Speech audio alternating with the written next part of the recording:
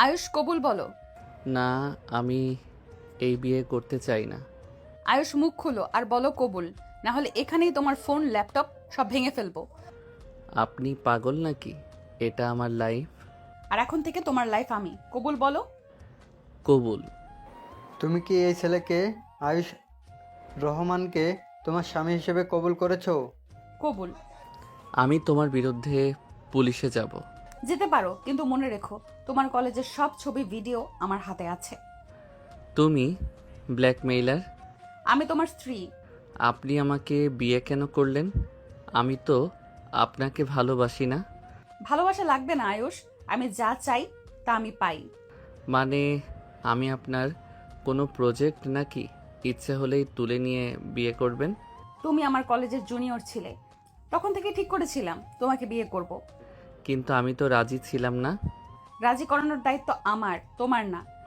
আপনি নিজের ইগো মেটাতে আমার জীবন নষ্ট করলেন। জীবন নষ্ট না, জীবন সাজালাম। সময় হলে বুঝবে। বুঝতে হলে আগে আমার মাথা ঠান্ডা হওয়া দরকার। চেষ্টা করো, কিন্তু মনে রেখো এখন থেকে তুমি আমার। কাজের হাত থেকে কাগজ নেওয়ার পর থেকেই আয়ুষ চুপচাপ বসে আছে এক কোণে, চোখে শুধু রাগ আর অভিমান। অনুষ্কা ধীর পায়ে এগিয়ে এসে ঘোমটা নামিয়ে মুখটা খুলে দেয়। আশা করি এখন আমার কথা শুনবেন, অনুষ্কা আপু। আপু না, এখন থেকে স্ত্রী বলবে। আমি যা বলছি তা শুনুন। আপনি কখনো আমার আশেপাশে আসবেন না, বলে দিলাম। কি সাহস? হ্যাঁ, সাহস আছে, কারণ আমি আপনাকে চাই না। অনুষ্কা ধীরে ধীরে উঠে এসে আয়ুষের কাছে দাঁড়ায়, চোখে কেমন এক চ্যালেঞ্জিং ঝিলিক। হঠাৎ আয়ুষ কিছু বুঝে ওঠার আগেই সে আয়ুষের শার্টের কলার চেপে ঠোঁটে কিস করে বসে। এটা কি? আমি তোমার সাথেই থাকবো সব সময়। যেখানে যাবে, যত দূরে যাবে, আমি থাকবো তোমার পাশে। আপনি আমার জীবন জোর করে দখল করেছেন। না, আমি শুধু যা আমার সেটাকে নিজের করে নিয়েছি। আমি আপনার না। সময় ঠিক করে দিবে আয়ুষ, কিন্তু মনে রেখো আমার হাত থেকে কেউ তোমাকে ছিনিয়ে নিতে পারবে না। অনুষ্কার চোখে তখন এক অদ্ভুত দৃঢ়তা, আর আয়ুষের মনে জমে ওঠে হাজারো প্রশ্ন আর একরাশ ক্ষোভ। ঘরের ভেতরে যেন এক ঠান্ডা যুদ্ধে শুরু হয়ে যায়, যেখানে ভালোবাসা, রাগ আর জেদ মিলেমিশে নতুন এক গল্প বুনতে থাকে। সেদিন রাতে সেই টান টান পরিস্থিতির পর আয়ুষ আর অনুষ্কার জীবনের পাতা উল্টে গেল একেবারেই। আসলে দুজনের পরিচয় নতুন নয়, একই পাড়ায়, একেবারে পাশাপাশি দুই বাড়ি, শুধু মাঝখানে একটা লোহার গেট আর ছোট্ট রাস্তা। শৈশব থেকেই একে অপরকে দেখছে, কিন্তু খুব বেশি কথা হয়নি, কারণ অনুষ্কা সবসময় একরকম গম্ভীর, আত্মবিশ্বাসী আর কৃতিত্ব পরায়ণ মেয়ে। আয়ুষ তখনও স্কুলে আর অনুষ্কা পড়েছে কলেজে। সময় গড়াতে গড়াতে অনুষ্কা ভর্তি হয়ে শহরের নামকরা এক বিশ্ববিদ্যালয়ে। 2 বছর পর আয়ুষও একই বিশ্ববিদ্যালয়ে ভর্তি হয়, কিন্তু জুনিয়র হয়ে। সেখানে আসল খেলা শুরু। জুনিয়র হিসাবে আয়ুষ সবসময় সিনিয়রদের সম্মান করত, কিন্তু অনুষ্কা যেন অন্যভাবে তার দিকে তাকাতো। কখনো ক্যান্টিনে হঠাৎ বসে পড়া, কখনো লাইব্রেরিতে বই নিতে গিয়ে ইচ্ছাকৃত সামনে দাঁড়িয়ে যাওয়া, সবই অনুষ্কার অভ্যাসে পরিণত হয়। আয়ুষ ভেবেছিল সিনিয়রদের স্বভাবসুলভ মজা, কিন্তু অনুষ্কার চোখে লুকিয়েছিল অন্য কিছু, যেটা আয়ুষ বুঝতে পারেনি যতক্ষণ না একদিন হঠাৎ করেই তাকে জোর করে তুলে নিয়ে বিয়ে করে ফেলে। রাত তখন গভীর, বাইরে হালকা বাতাসে জানালার পর্দা দুলছে। অনুষ্কা খাটে বসে চুল খুলে আয়নার সামনে চিরুনি চালাচ্ছে, চোখে ঠোঁটে হালকা লালচে আভা। আয়ুষ এক কোণে বসে ফোনে স্ক্রল করছে, কিন্তু মনের ভিতর বিরক্তি আর রাগ যেন উত্থাল পাত্তাল করছে। অনুষ্কা আয়নায় তাকিয়ে হেসে বলল, বিয়ে যখন হয়ে গেছে, এখন আদর করো। কোনো দিনও না। কি বললে? আপনি জোর করে আমাকে বিয়ে করেছেন, আমার অনুভূতির কোনো দাম দেননি। এখন আদর আশা করবেন না। অনুভূতি সময়ের সাথে তৈরি হয়, আমি সেটা করাবো। আমি আপনাকে ভালোবাসি না, আর কখনো ভালোবাসবো না।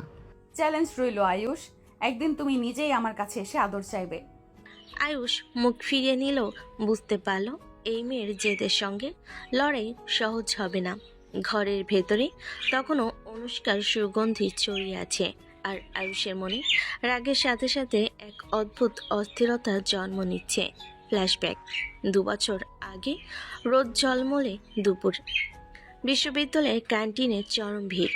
জুনিয়র আয়ুষ হাতে ট্রে নিয়ে একপাশে বসতে যাচ্ছিল, হঠাৎ কারোর সঙ্গে ধাক্কা লাগলো। ঠান্ডা কণ্ঠ ভেসে এলো। চোখে দেখে হাঁটতে পারেন না? চোখ তুলে দেখলো অনুষ্কা আহমেদ, তার সিনিয়র, পুরো ক্যাম্পাসে পরিচিত করা স্বভাবের জন্য। আয়ুষ ভদ্রভাবে বলল, সরি আপু, খেয়াল হয়নি। আপু না, অনুষ্কা বলবেন। আপনি তো সিনিয়র, আপু বলাটাই স্বাভাবিক।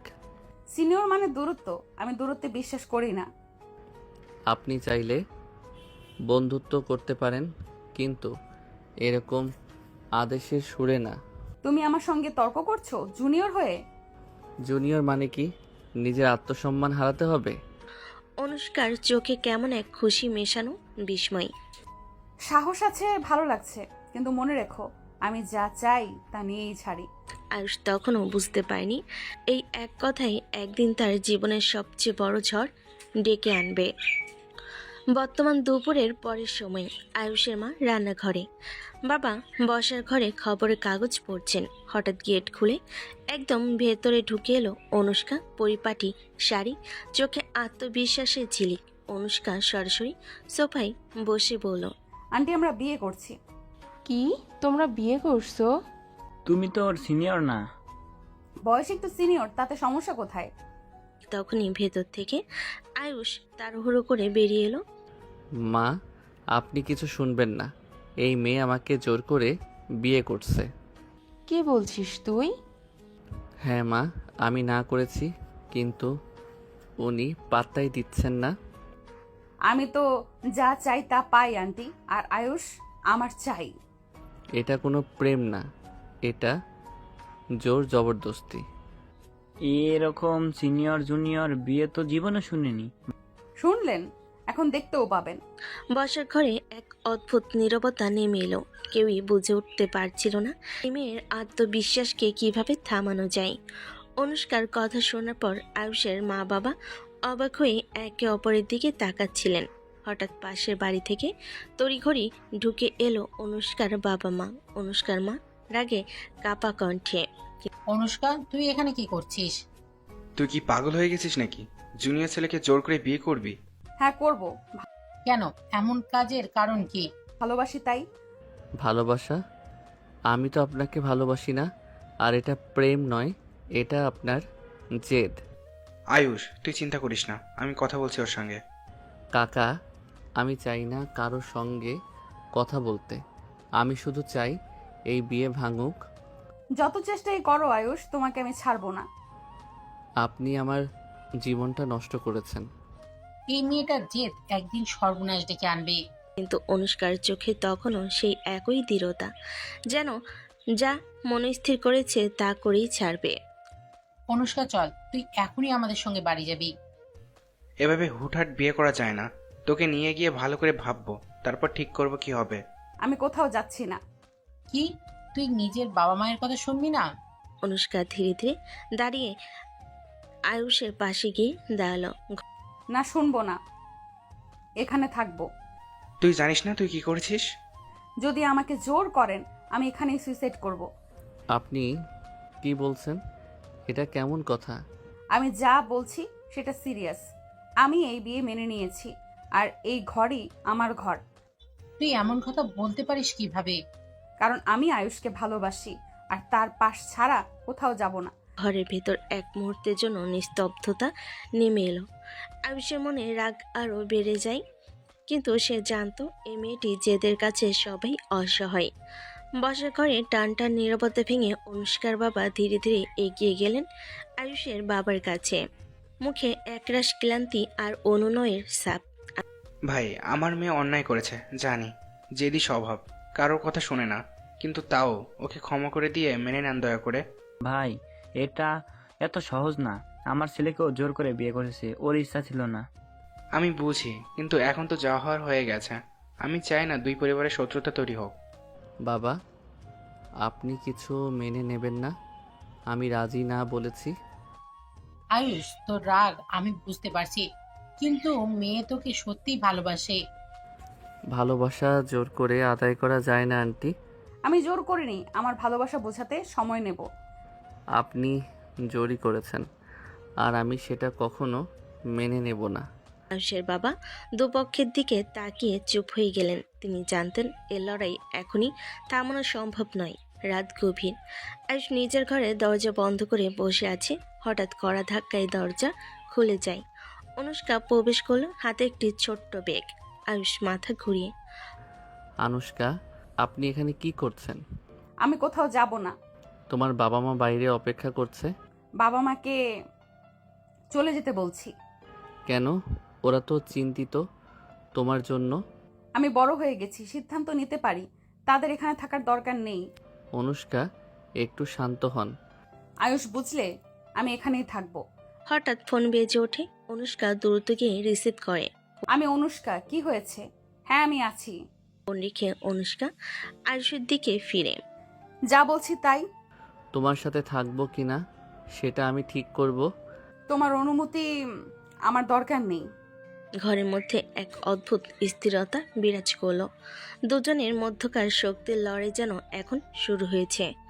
আয়ুষের ঘরের বাতাসে কাঁপছে রাগে, তার চোখ লাল, গলা কটাক্ষ কেঁপে উঠছে। আমার ঘর থেকে এখনই বের হয়ে যান, আমি আপনাকে সহ্য করতে পারছি না। অনুষ্কা চুপ করে দাঁড়িয়ে আছে, চোখে অশ্রু জমে। আমি আপনার সাথে থাকার কথা ভাবিনি কখনো। অনুষ্কা নীরবে মাথা নিচু করে যায়।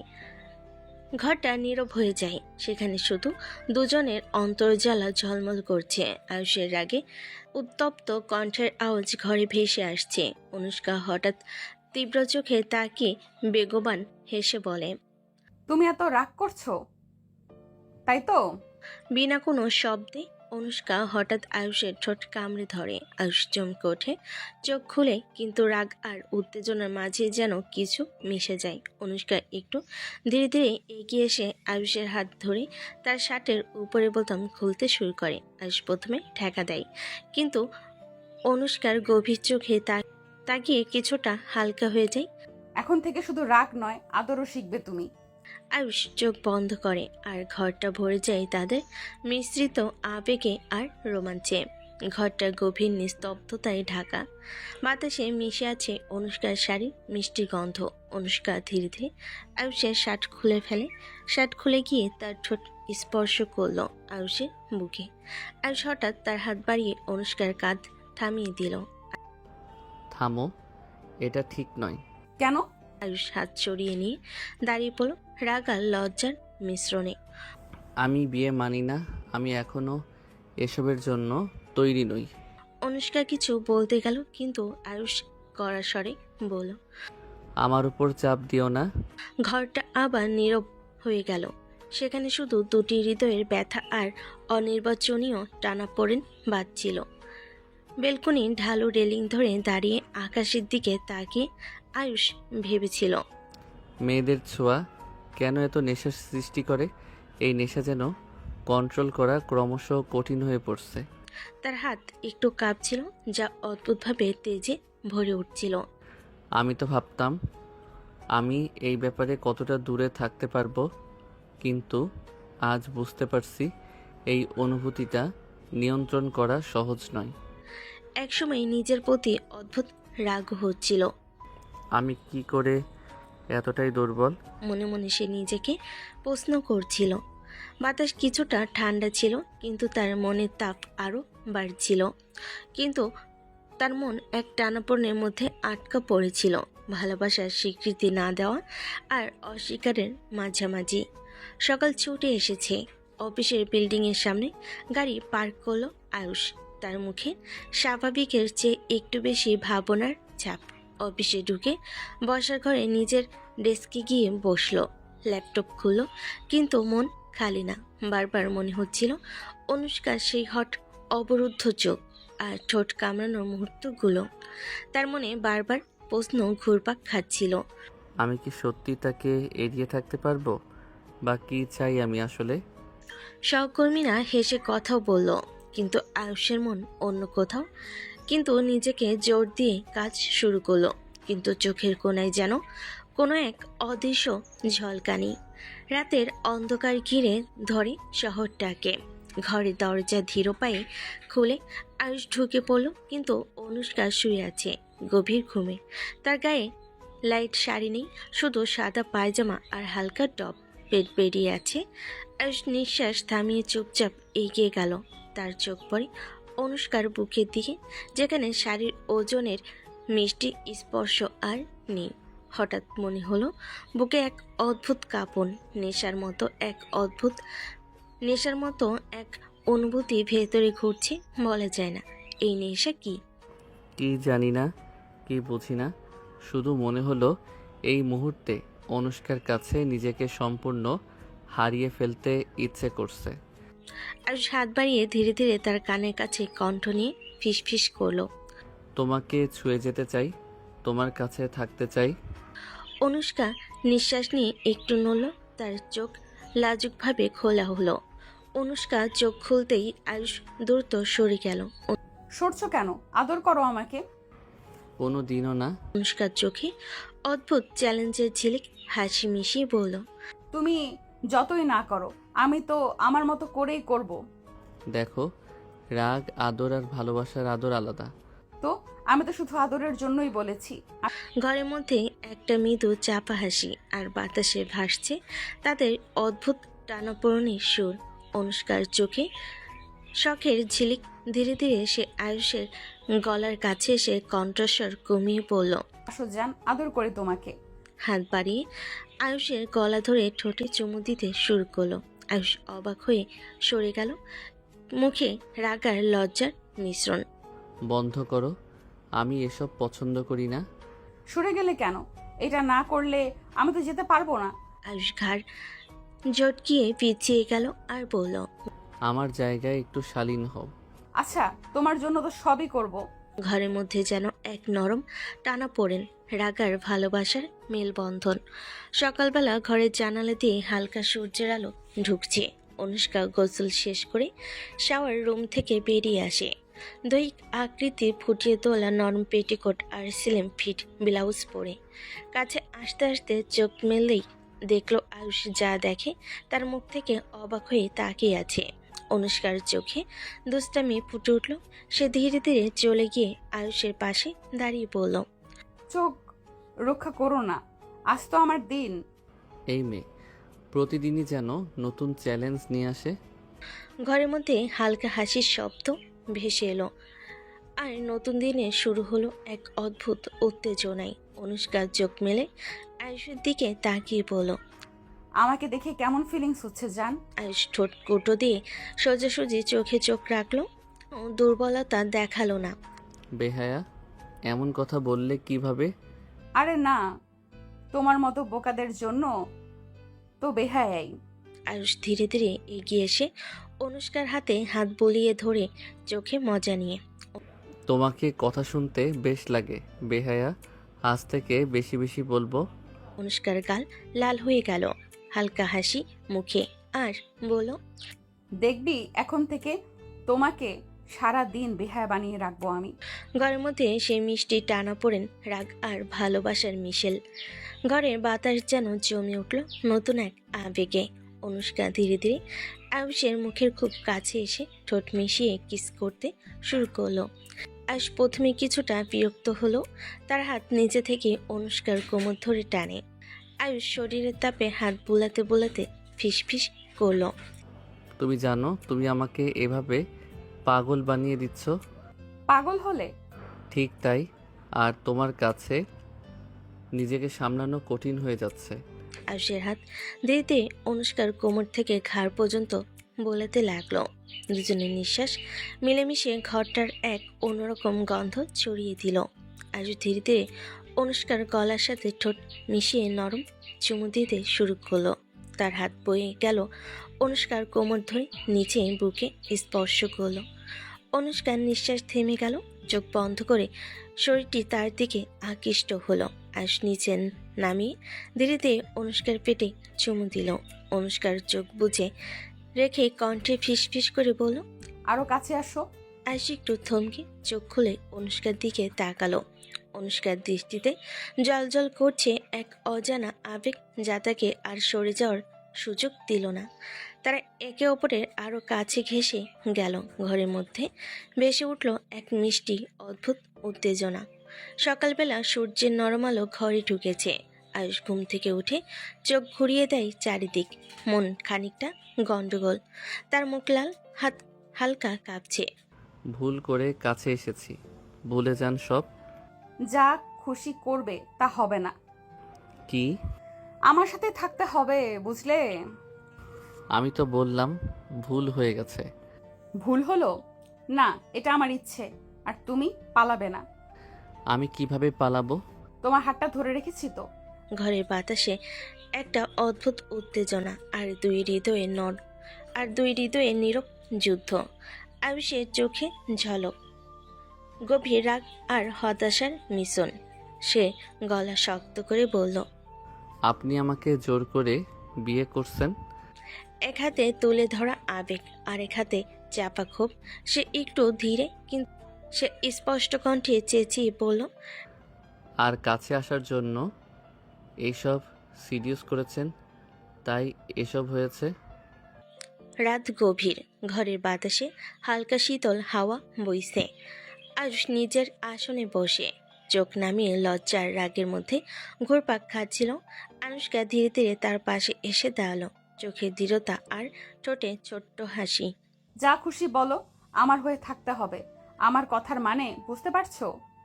হ্যাঁ, কিন্তু কোনো কিন্তু না, আমি যা বলবো তাই হবে। আয়ুষ চুপ। মুখ থেকে কোনো শব্দ বের হলো না। তার চোখে এক অদ্ভুত অস্থিরতা, লজ্জার উত্তেজনার মিশ্রণ। অনুষ্কার চোখে এখন আর কোনো ভীতি নেই, শুধু এক অটল মনোভাব। সে জানে এই মুহূর্তে আয়ুষ যতই প্রতিবাদ করুক না কেন, শেষ পর্যন্ত সে তার হয়েই থাকবে। ঘরের নিস্তব্ধতা তাদের দুজনের আবেগের সঙ্গে মিলেমিশে এক অদ্ভুত টানাপোড়েন তৈরি করলো। আয়ুষের বুক কাঁপছে, কিন্তু সে জানে এই বেদনা, এই রাগ আর এই উত্তেজনা একদিন তাকে অনুষ্কার দিকে আরও টেনে আনবে। আয়ুষ অফিসের কক্ষের দরজা খুলে ঢুকলো, চোখে এখনও লজ্জার ক্লান্তির ছাপ। ডেস্কে বসে ফাইল দেখতে দেখতে মনে হচ্ছিল আজ মন একেবারে নেই। কলিগ এগিয়ে এসে চোখে মৃদু কৌতূহল নিয়ে বলল, মুখটা শুকনো কেন আয়ুষ? কি হয়েছে? কিছু না, শুধু একটু ক্লান্তি। কলিগ চোখ বেঁধে তাকালো, বুঝতে পারছে কিছু লুকানো টেনশন আছে। সত্যি বলো, তুমি তো জানো আমি সব বুঝতে পারি। আয়ুষ কাঁধ একটু উঁচু করে কিন্তু স্পষ্ট কিছু না বলে শুধু মৃদু মাথা নাড়ালো। আচ্ছা, আজকে মন খারাপ থাকলে কাজের চাপ কমিয়ে নিও। আমি দেখি সব ঠিকঠাক আছে কি না। আয়ুষ ধীরে ধীরে ফাইলের দিকে তাকালো, কিন্তু মনে মনে ভাবছিল, অনুষ্কার সঙ্গে আজ রাতের ঘটনা আবার মনে পড়ছে, তবে এতই নেশা কন্ট্রোল করা কঠিন। আয়ুষ ফাইল সাজাচ্ছিল, চোখ খেয়াল রাখছিল না। হঠাৎ কলিগ এগিয়ে এসে তার কাঁধের দিকে তাকালো। আচ্ছা, এই ঘাড়ে কামড়ের দাগটা কি? বিয়ে করেছো নাকি? আয়ুষ রেগে গেল, কিন্তু লজ্জা আরো বেশি। চোখ নামিয়ে মাথা হেলান, গলা কম্পয়মান হয়ে উঠল। আরে কিছু না, ভুল বুঝছেন। ভুল বোঝা না, কিন্তু এই দাগ কেমন? সরাসরি দেখছি। তেমন কিছু না। ঠিক আছে, তবে মনে রেখো অফিসে এসে এসব ঢেকে রেখো। আয়ুষ চুপ করে নিজের ডেস্কের দিকে তাকালো, মনে মনে ভাবলো, কতই না লজ্জা। অনুষ্কার সঙ্গে এমন মুহূর্তগুলো ভাবতেই কেমন যেন নেশা লাগছে। দিনের আলো নরম বাড়ির লিভিং রুমে অনুষ্কা ধীরে ধীরে বসলো। আয়ুষের মা পাশের ছোপে, চোখে একটু উদ্বেগের ছাপ। চাচি আমাকে মেনে নিতে পারছেন না কেন? আমি কি এত খারাপ? আয়ুষ তো মানে না। মানে না, কিন্তু আমি শুধু চাই ভালোবাসা দিয়ে মেনে নেওয়া। ঠিক আছে, সমস্যা নেই। শুধু আয়ুষ, সে একটু জেদি, সময় লাগবে। আমি ধৈর্য রাখবো চাচি, সে যতই জেদি হোক একদিন আমাকে মেনে নিবে। ঘরের মধ্যে নীরবতা ভেসে আসছে। আয়ুষের মা জানালেন মেয়েটি সত্যি দৃঢ় প্রতিজ্ঞ। সন্ধ্যার আলো ঘরের জানালা দিয়ে ঢুকছে। আয়ুষ অফিস থেকে ক্লান্ত হয়ে বাড়ি ফিরে এসেছে, চোখে রাগ আর কষ্টের চাপ। ডাইনিং রুমের কোণে অনুষ্কা বসে আছে, হাতে তাজা ঠান্ডা শরবতের গ্লাস। আয়ুষ, এখানে শরবত খাও, ক্লান্তি দূর হবে। আয়ুষ চোখে হালকা রাগ, মুখে লাল হয়ে গিয়ে বলল, এসব নাটক করে আমার মন পাবার চেষ্টা করবে না। আমি তো চাই শুধু তোমাকে আরাম দিতে। আরাম? আমার মন নষ্ট করে এখন আরাম দিতে আসছেন? না, না অনুষ্কা, তুমি যতই মিষ্টি নাটক করো আমি সহজে মন দেব না। আচ্ছা দেখবো তুমি কতক্ষণ পারো। আমি তবু বলছি এসব কৌশল কাজে আসবে না। অনুষ্কার হাসি আরও চ্যালেঞ্জিং হয়ে গেল। ঘরের মধ্যে এক অদ্ভুত উত্তেজনা ভেসে উঠল। রাগ, লজ্জা, মিষ্টির দণ্ড এবং অদৃশ্য টানাপোড়েনের মিশেল। রাত নেমে এসেছে, ঘরের আলো নরম। আয়ুষ সোফায় বসে ক্লান্ত চোখে ফাইল সাজাচ্ছিল। অনুষ্কা ধীরে ধীরে তার কাছে এসে দুষ্টু হেসে বলল, রাতে তো আদর করেছো, এখনই ভুলে গেলে চলবে? আয়ুষ চোখ বড় করে তাকালো। লজ্জা আর রাগের মিশ্রণে মুখ লাল হয়ে গেল। আমাকে কাছে আসতে আপনি বাধ্য করছেন, আমি নিজে আসিনি। অনুষ্কা হাসি ধরে রাখতে পারল না, চোখে ঝিলিক। বাধ্য করছি না, আমি তো শুধু মনে করালাম যে তুমি রাতের কথা ভুলতে পারো না। মনে করালেও এসব নাটক করে আমার মন পাবেন না। অনুষ্কা ধীরে ধীরে তার পাশে বসে ঠোঁট মেলে চুপচাপ হেসে বলল, ঠিক আছে, তবে তুমি যতই রাগ করো আমি তো আমার মতো করেই থাকবো। ঘরের মধ্যে রাগ, লজ্জা আর দুষ্টামি মিশে এক অদ্ভুত উত্তেজনা তৈরি করলো। আয়ুষ চোখ নামিয়ে ফাইলের দিকে তাকালো, মনে মনে ভাবল, এই মেয়েটা ভয়ঙ্কর। রাত গভীর, ঘরের আলো নরম। অনুষ্কা ধীরে ধীরে বেডরুমে দরজা খুলে হাজির হলো, হালকা পিঙ্ক নাইট ড্রেস পরে। ড্রেসের নরম কাপড় তার শরীরের ভাঁজকে সুন্দরভাবে ফুটিয়ে তুলছে, আর তার চোখে দুষ্টামি ঝলমল করছে। আজ প্রথমে ফাইলটা রেখে তাকালো, চোখ বড় হয়ে লজ্জা আর বিস্ময়ে মুখ লাল। বারবার চোখ সরাচ্ছে, কিন্তু দৃষ্টি যেন অনুষ্কার সঙ্গে আটকে আছে।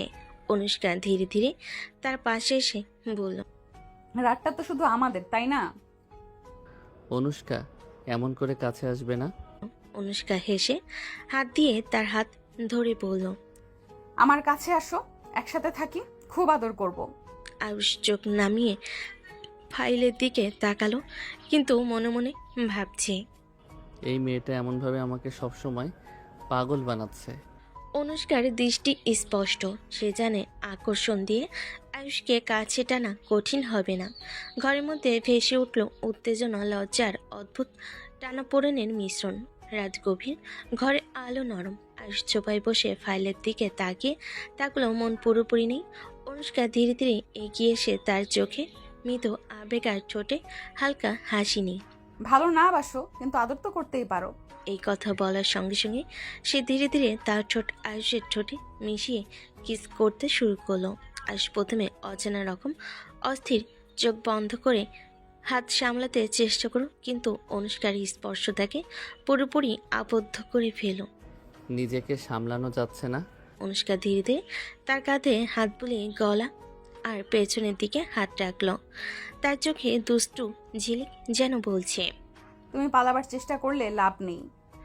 আয়ুষ ধীরে ধীরে থমকে গেল, চোখ খোলা রাখলো, কিন্তু মনে মনে জানলো অনুষ্কার কাছে নিজেকে প্রতিরোধ করা সম্ভব নয়। ঘরের মধ্যে হালকা নিঃশ্বাস, ঠোঁটে ছোঁয়া আর মৃদু রোমান্টিক উত্তেজনায় সুর ভেসে উঠল। রাত গভীর, ঘরের আলো নরম। অনুষ্কার ঠোঁটে স্পর্শে আয়ুষ প্রথমে অস্থির হয়ে উঠেছিল, কিন্তু ধীরে ধীরে সে নিজেকে সামলাতে পারল না। আয়ুষ হাত বাড়িয়ে অনুষ্কার কোমর টেনে নিল নিজের দিকে। তুমি জানো তুমি আমাকে পাগল বানাচ্ছ। আর তুমি কি করবে আয়ুষ? আয়ুষ ঠোঁটগুলো ধীরে ধীরে অনুষ্কার কপালে, গলায় আর কাঁধে বলিয়ে দিতে লাগলো। তার হাত অনুষ্কার কোমর থেকে ধীরে ধীরে পেছনে বোলাতে লাগলো।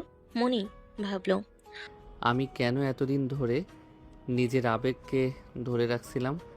অনুষ্কা চোখ বন্ধ করে অনুভব করলো তার নিঃশ্বাস স্পন্দিত, শরীর আর মনের সঙ্গে মিলেমিশে উত্তেজনা বাড়ছে। আয়ুষের কণ্ঠে আয়ুষ কণ্ঠে ফিসফিস করলো। তোমার কাছে আমি পুরোপুরি হারাতে চাই। দুজনের নিঃশ্বাস মিলেমিশে ঘরটায় ভেসে এলো এক অদ্ভুত উত্তেজনা, রাগ, লজ্জা আর গভীর আবেগের মিশ্রণ। এবার আদর শুধু একপাক্ষীয় নয়, আয়ুষ নিজে থেকেও শুরু করেছে। সকালের নরম আলো ঘরে ঢুকছে। আয়ুষ ডেস্কে বসে চা নিয়ে ব্যস্ত, চোখে হালকা ক্লান্তি আর লজ্জার ছাপ। অদ্ভুত, হঠাৎ অনুষ্কা ধীরে ধীরে এগিয়ে এসে দুষ্ট হাসি দিয়ে বলল। আয়ুষ, আজ আরো আদর করতে চাই তোমাকে। আয়ুষ চোখ বড় করে তাকালো, মুখ লাল হয়ে কণ্ঠে একটু রাগ মেশানো। শরীর দিয়ে আটকাতে চাচ্ছেন আমায় কি? না, কিন্তু শরীর থেকেই মনে প্রবেশ করবে একদিন। আয়ুষ অবাক হয়ে লজ্জার উত্তেজনা মিশ্রণে মাথা ঝুঁকালো। তুমি কি এমন কথার মানে বোঝো? অনুষ্কা ধীরে ধীরে তার পাশে বসলো, চোখে অদ্ভুত চ্যালেঞ্জ।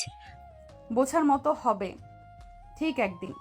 ঘরের মধ্যে হালকা নিঃশ্বাস, উত্তেজনা আর দুষ্টামি মিশলে এক অদ্ভুত টানাপোড়েন তৈরি করলো। আয়ুষ চুপ, কিন্তু মনে মনে জানলো অনুষ্কার সঙ্গে প্রতিদিন এমন মুহূর্ত তাকে আরও টানে।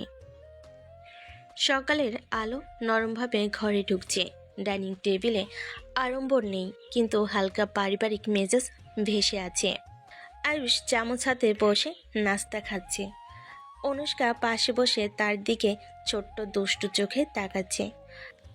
আয়ুষ, তোমার কাজের চাপ কম থাকলে খেয়ে যেও। ঠিক আছে মা, একটু খেয়ে অফিসে চলে যাচ্ছি। তুমি খেয়েছো তো? না খেলে অফিসে ক্লান্ত হবে। হ্যাঁ, ঠিক আছে। আয়ুষ দ্রুত নাস্তা শেষ করলো, নিজের ব্যাগ নিল। অনুষ্কার চোখে দুষ্টু ঝিলিক দিয়ে পড়ল। আজকে অফিসে বসে আমার কথা মনে করবে বারবার, না হলে কিন্তু বিরক্ত করব। লজ্জা নাই, কোথায় কি বলতে হয় জানেন না? পরিবার সবাই হেসে উঠল।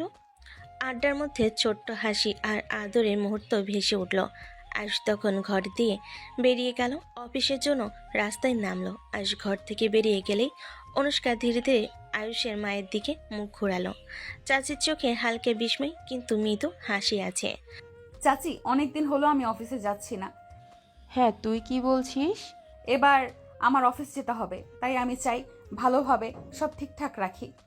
ঠিক আছে মেয়ে, দেখছি তুমি ঠিকঠাক মতো সামলাতে পারছো কি না।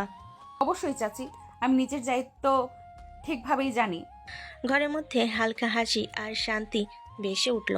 অনুষ্কা নিজেও মৃদু গম্ভীর হয়ে জানালো সে এখন শুধু নিজের নয়, পারিবারিক দায়িত্ব সামলাবে। অনুষ্কা ডাইনিং থেকে বেরিয়ে এসে নিজের অফিসের জন্য রেডি হলো। হালকা ফর্মাল শার্ট, স্কার্ট আর নরম লাল লিপস্টিক, সব ঠিকঠাক। তিনি ধীরে ধীরে ঘরের দরজা বন্ধ করে বলল। চাচি, আমি অফিসে যাচ্ছি। ঠিক আছে, যা। কেউ জানে না অনুষ্কা আসলেই চাকরি করছে। প্রতিটি পদক্ষেপ, প্রতিটি হাসি সবই বাইরে দেখাবে যেন সে শুধু পারিবারিক কাজ করছে, কিন্তু সত্যি কথা, সে ধীরে ধীরে নিজের ক্যারিয়ার সাজাচ্ছে, নতুন দুনিয়ার পথে পা বাড়াচ্ছে। রাস্তা দিয়ে অফিসের দিকে এগোতে থাকলো অনুষ্কা, চোখে দৃঢ়তা, মনে একটা ছোট্ট দুষ্ট ঝিলিক। অফিসে ঢুকতেই কোলাহল আর কিবোর্ডের শব্দ চারিদিকে ভেসে আসছে। অনুষ্কা নিজের ডেস্কে বসার আগে পাশের কলিগ রুবি এগিয়ে এলো। আরে অনুষ্কা, তুমি এতদিন ছুটিতে ছিলে কেন? অফিসে সবাই ভাবছিল কোথায় উদা হয়ে গেলে। অনুষ্কা হালকা হাসি দিয়ে চুল ঠিক করে বলল। বিয়ে হয়েছে, তাই একটু ব্যস্ত ছিলাম। ওহ, তাই নাকি? কাকে বিয়ে করেছো? অফিসে জানাবে না? বলবো, সময় হলে সবাই জানবে। আচ্ছা, বুঝলাম। তবে তোমার মুখে সেই নতুন নববধূর ঝিলিক আছে। অনুষ্কা মৃদু হাসি দিয়ে নিজের চেয়ারে বসে ল্যাপটপ খুলল। আয়ুষ যদি এখন জানতো আমি অফিসে বসে ওর কথা ভাবছি, তাহলে রাগে আগুন হয়ে যেত। সন্ধ্যার হালকা আলোয় শহরের রাস্তাগুলো ব্যস্ত, গাড়ির হর্ন, মানুষের হাঁটার শব্দ, সব মিলিয়ে এক ধরনের কোলাহল। অনুষ্কা তার অফিস ব্যাগ কাঁধে নিয়ে বাড়ি ফেরার পথে হঠাৎই এক রেস্টুরেন্টের সামনে চোখ আটকে গেল।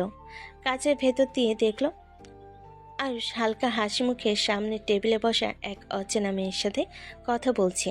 মেয়েটির হাতে ফাইল, কিন্তু অনুষ্কার চোখে ফাইলের চেয়ে চোখ বড় হয়ে উঠল সেই হাসি। এই হাসি তো আমার জন্য দেয় না কখনো। আর এই মেয়ে কে?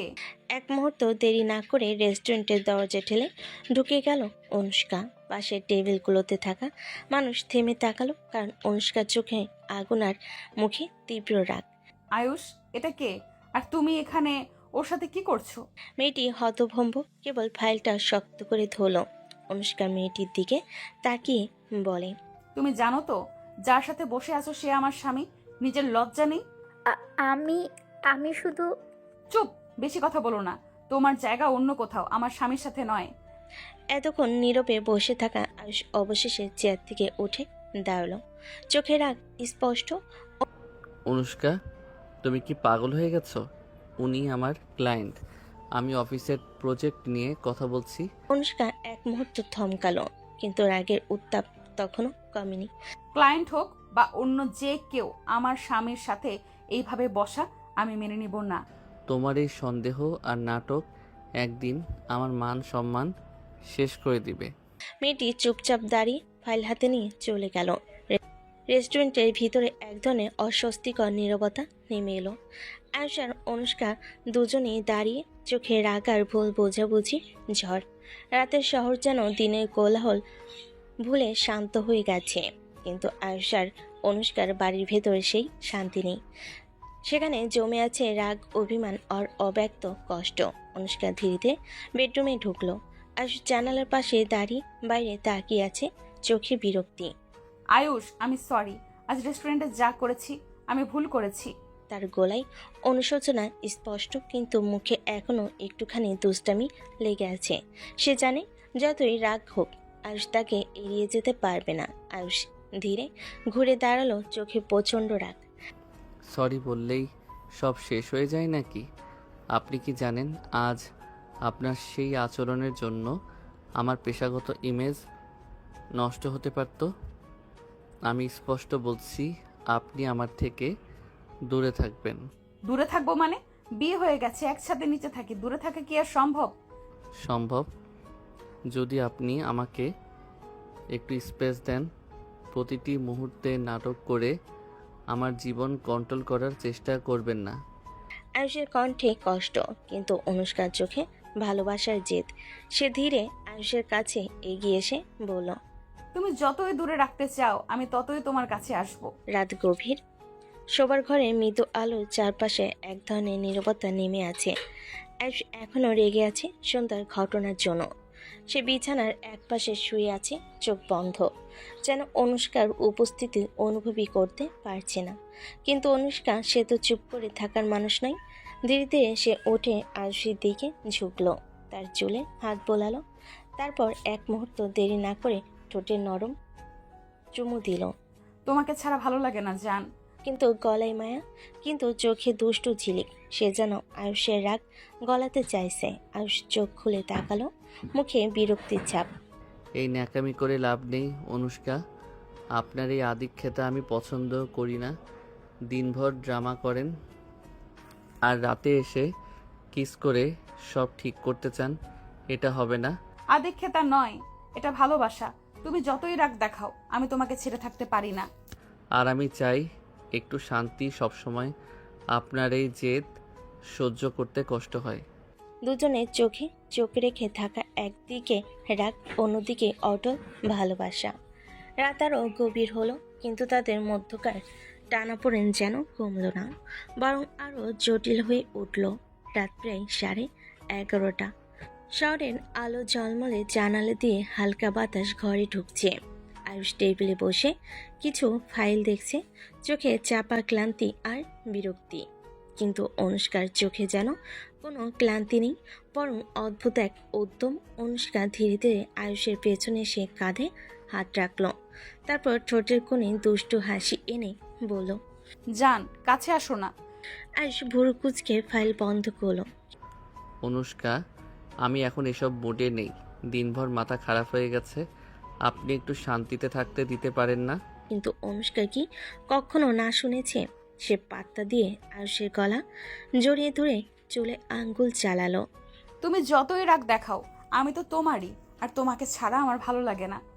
সে কথা শেষ করতেই আয়ুষের গালে নরম চুমু দিল, তারপর কানে ফিসফিস করে কিছু বলল যা আয়ুষকে আরো অস্বস্তিতে ফেলে দিল। অনুষ্কা, আপনি কি বুঝতে পারছেন না আমি বিরক্ত হচ্ছি? এভাবে জোর করে কাছে আসা ভালো লাগে না আমার। কিন্তু অনুষ্কা থামলো না, বরং আরো কাছে এগিয়ে এলো, তার আঙ্গুল আয়ুষের আঙ্গুলে জড়িয়ে ধীরে ধীরে ফাইল নামিয়ে রাখলো। তুমি যতই না বলো, আমার মন চায় তোমাকে আদর করতে। তুমি চাইলেও আমাকে আটকাতে পারবে না। রুমের বাতাসে এক অদ্ভুত চাপা উত্তেজনা। আয়ুষ মুখ ঘুরিয়ে নিতে চেষ্টা করলো, কিন্তু অনুষ্কার হাত তার মুখের পাশে এসে দাঁড়ালো। একটুখানি ফাঁক, আর তারপর ঠোঁট ছুঁয়ে গেল ঠোঁটে। আয়ুষ দীর্ঘশ্বাস পেল, রাগ যেন ধীরে ধীরে কোথাও মিলিয়ে যেতে লাগলো। রাতের নীরবতা যেন ঘরের ভেতর এসে থেমে আছে। আয়ুষের মুখে এখনো বিরক্তির ছাপ, কিন্তু অনুষ্কার চোখে তীক্ষ্ণ চাহনি, যেন এই দূরত্ব আর সহ্য হচ্ছে না। জান, একটু কাছে আসো, আদর করো, সব ভুলে যাবে। আয়ুষ কিছু বলতে যাচ্ছিল, কিন্তু তার আগে অনুষ্কা দুহাতে মুখটা ধরে ঠোঁটে চুমু কিস করতে লাগলো। প্রথমে আয়ুষ নড়চড়ে সরে যেতে চাইল, কিন্তু সেই উষ্ণতা, সেই কাছে টানার শক্তি তার মনকে টলিয়ে দিল। কিছুক্ষণের মধ্যেই দুজনের ঠোঁট একে অপরকে খুঁজে নিতে লাগলো, ধীরে ধীরে গভীরভাবে। দেখলে, রাগের চেয়ে আদর অনেক ভালো লাগে। তার হাত আয়ুষের কাঁধে, আর আয়ুষের দৃষ্টি ধীরে ধীরে নরম হয়ে এলো। কথা থেমে গেল, শুধু নীরবতা আর হৃদস্পন্দনের শব্দ। মুহূর্তটা যেন দীর্ঘ হয়ে উঠল, যেন তারা ভুলে গেল চারপাশের অন্য কিছু। সকালবেলা আলো জানালা পেরিয়ে ঘরে ঢুকছে, পাখির ডাক, চায়ের গন্ধ, কিন্তু আজ ঘরের ভেতরে পরিবেশের এক অদ্ভুত নীরবতা। আজ বিছানার কিনারায় বসে আছি, চুল এলোমেলো, চোখে হালকা লজ্জা মেশানো অস্বস্তি। অনুষ্কা ঠিক উল্টো, চোখে দুষ্টু ঝিলিক, ঠোঁটে মুচকি হাসি। আজ টেবিলে নাস্তা করছে, চোখ নামানো, মুখে গম্ভীর ভাব। অনুষ্কা কিন্তু আজ ভোর থেকে কিছু প্ল্যান করে রেখেছে। জান, চা খাবে তো? সে ধীরে ধীরে আয়ুষের সামনে কাপ রাখলো, কিন্তু হাতের আঙ্গুলগুলো এমনভাবে ছুঁয়ে গেল যেন আয়ুষ খানিকটা চমকে তাকালো। এভাবে নাটক করে লাভ নেই, আমি অফিসে যাচ্ছি। অফিসে যাওয়ার আগে একটু হাসো তো। এত গম্ভীর মুখে বের হবে? তোমার তো হাসি খুব সুন্দর। সে কথাটা বলে আয়ুষের গালে হালকা চিমটি কাটলো। আয়ুষ চামচ নামিয়ে পেল, বিরক্তি দিতে তাকালো, কিন্তু চোখের কোণে এক ফোঁটা অস্বস্তির ঝিলিক ধরা পড়ল। শোনো, সারাদিন তো দূরে থাকো, এখন 1 মিনিট সময় দিলে কি ক্ষতি? সে হঠাৎই চুলের খোপা ঢিলে করে দিল, লম্বা চুল কাঁধে গড়িয়ে পড়ল, আর সামান্য সামনে ঝুঁকে আয়ুষের চোখের সামনে এসে দাঁড়ালো। আপনি এসব ইচ্ছে করে করছেন? আমার দেরি হয়ে যাবে। অনুষ্কার ঠোঁটে ছোট্ট এক বিজয়ী হাসি ফুটে উঠল। সে জানে অফিসে গেল এই সকালে দুষ্ণমির কথা আর সহজে ভুলতে পারবে না। অনুষ্কা ধীরে ধীরে এগিয়ে এলো, হঠাৎই সে আয়ুষের ঠোঁট কামড়ে নরম কিস করলো। সারাদিন আমার কথা মনে রাখবে, না হলে রাতে আরো কামড় দেবো। জান। লাল চোখ আয়ুষ, মুখ একটু লাল, চোখ বড়, হাত দিয়ে চেষ্টা করলো সামলাতে, কিন্তু মনে মনে জানালো এই দুষ্টু মেয়েটির ছলনায় সে সারাদিন ব্যস্ত থাকবে। অনুষ্কার কাঁধে হাত রেখে সে কেবল দীর্ঘশ্বাস ফেল। অনুষ্কা, এই দুষ্টুমি ঠিক নয়। আপনি সারাদিন আমাকে ভুলে যেতে দেবেন না, তাই তো? না, ভুলতে পারবে না, আর চাইলে সারা দিনেও ভুলবে না। ঘরের নীরবতা, কিন্তু মনে মনে আগুন। অফিসের আগে এই ছোট্ট লড়াই তাদের মধ্যে টানাপোড়েন তৈরি করলো। দুপুরে হালকা আলো অফিসের কাছের জানালা দিয়ে ঢুকছে। আয়ুষ ডেস্কে বসে ফাইল দেখছে, কিন্তু চোখ বারবার ঘড়ির দিকে যাচ্ছে। মনে হচ্ছে তার মন অন্যত্র। ঠিক সেই মুহূর্তে ফোনের বাজনাটা ঘরে প্রতিধ্বনি করছে। কে আবার ফোন করছে? ফোনে দেখলো অনুষ্কার নাম, মাথা কাঁপিয়ে দীর্ঘশ্বাস ছাড়লো, কিন্তু ফোন রিসিভ করলো। জান, অফিসে কি চলছে? সারাদিন কি খেয়াল রাখো না আমাকে? তুমি তো সারাদিন আমাকে ভুলে যাও, তাই না? অনুষ্কা, আমি অফিসে কাজ করছি, ফাইল দেখার সময় ফোনে ব্যস্ত থাকবো না নিশ্চয়। আর আমি চাই তোমার সারা দিন আমার কথা মনে থাকুক।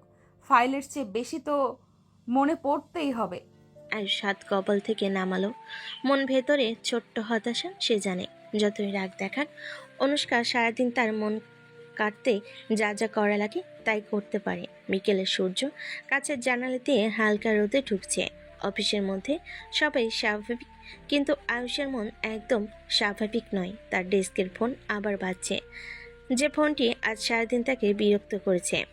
এবার আবার আয়ুষ হালকা বিরক্তি ফোনটা রিসিভ করে। আর এবার কেন ফোন দিছেন? জান, তুমি তো একবারও ফোন দিচ্ছ না। তুমি কি ভুলে গেছো আমাকে? ফোন রাখেন, বিরক্ত করবেন না। বিরক্ত করছি না জান, আজ রাতে তোমাকে আর নিঃশ্বাস নিতে দেবো না, জানো তো। আয়ুষ কপালে ঠেসে বসে আছে, মন ভেতরে অস্থির, রাগ, লজ্জার অদৃশ্য টান সব মিলিয়ে তার মাথা ঘুরছে। ফাইলের দিকে তাকালেও মন পুরোপুরি নেই, চোখে শুধু ফোনে স্ক্রিন এবং অনুষ্কার দুষ্ট হাসি। অনুষ্কা, তুমি এভাবে বিরক্ত না করলে কি শান্তি পাবো? আমি সারাদিন ধরে শুধু কাজ করতে চাই। চিন্তা করো না, আমি সারাদিন তোমার চিন্তায় থাকবো। তুমি যতই বিরক্ত হও, আমি তোমারই। ফোনের কল শেষ হলো, কিন্তু আয়ুষের চোখে এখনো অনুষ্কার দুষ্ট হাসির ছাপ। দুজনের মধ্যেই ছোট্ট দুষ্টামি, এক ধরনের টান, এক অদৃশ্য লড়াই যা সারাদিন তাদের মনকে জড়িয়ে রাখছে। রাত নামছে শহরে। আয়ুষ অফিস থেকে ফিরে বাড়ির দিকে আসছে। মাথায় এখন সারাদিনের কাজ আর অনুষ্কার দুষ্টামি।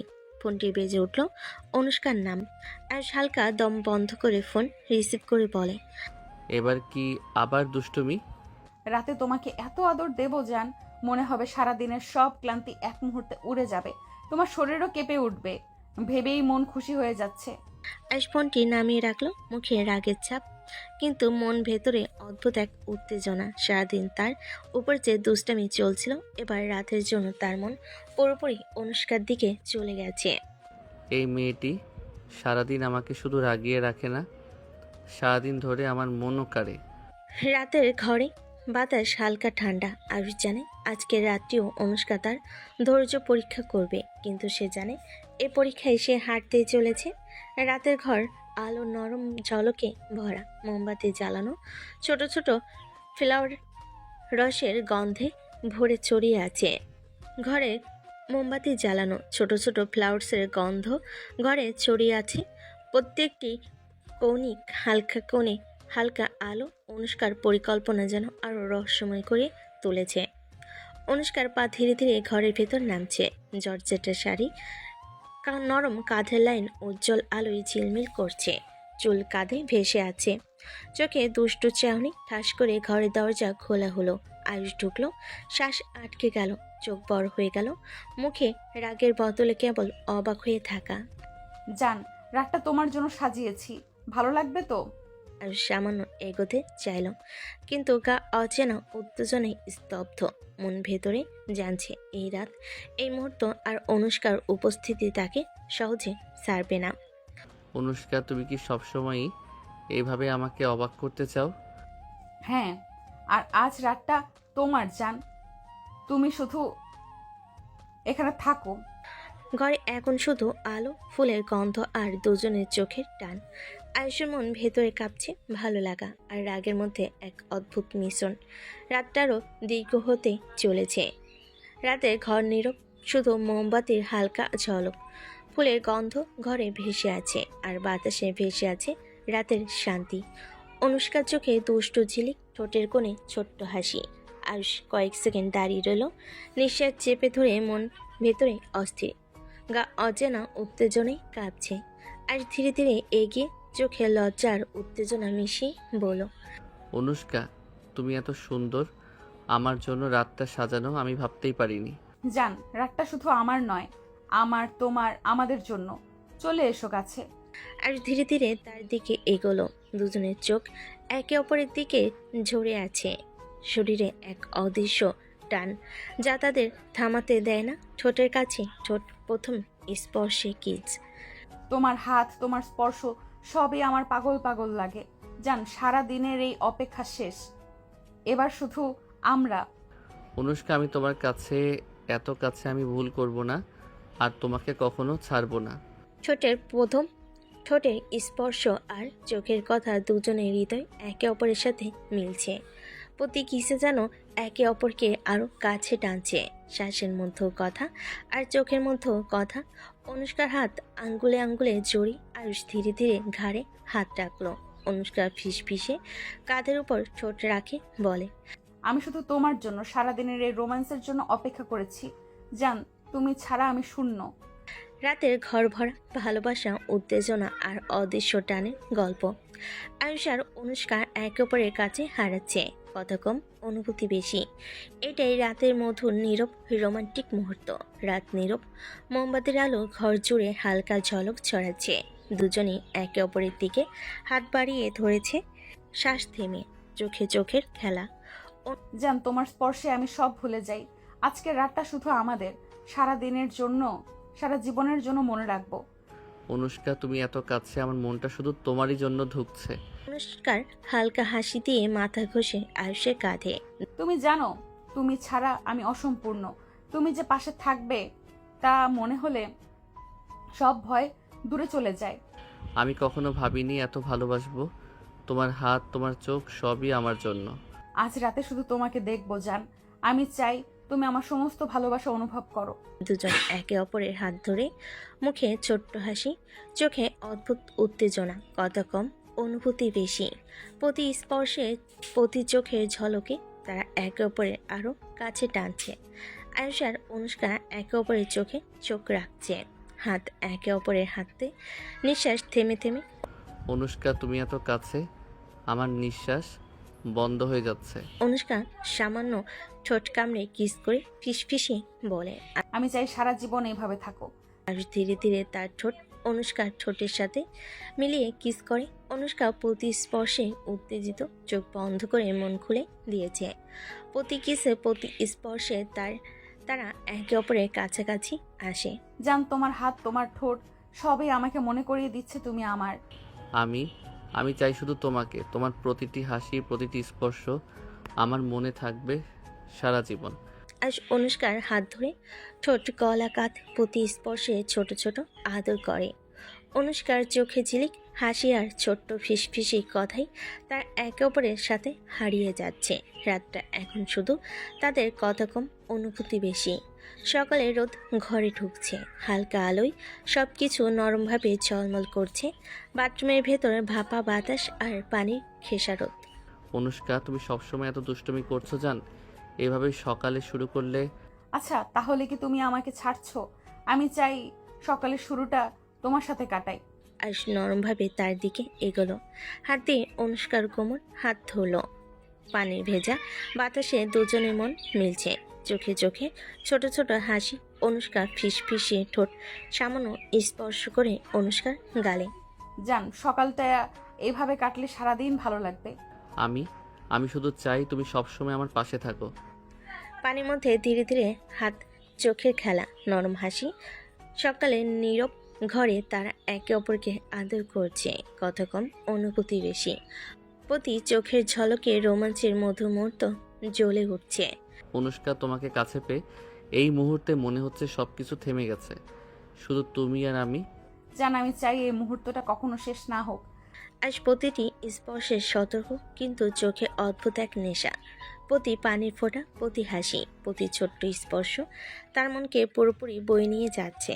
হাতে হাত ধরে হাত, চোখে চোখ, হৃদয় গভীরভাবে যুক্ত হচ্ছে। আমি এই নেশা ভেতর থেকে ছাড়ছে না। তুমি কাছে থাকলে, শুধু তোমাকে দেখলেই মন শান্ত হয়। আমি চাই সারা জীবন এইভাবে তুমি আমার পাশে থাকো। আমার জন্য এই নেশা শুধু তুমি। ঘরটা ভাপা বাতাসে ভরা ভালোবাসা।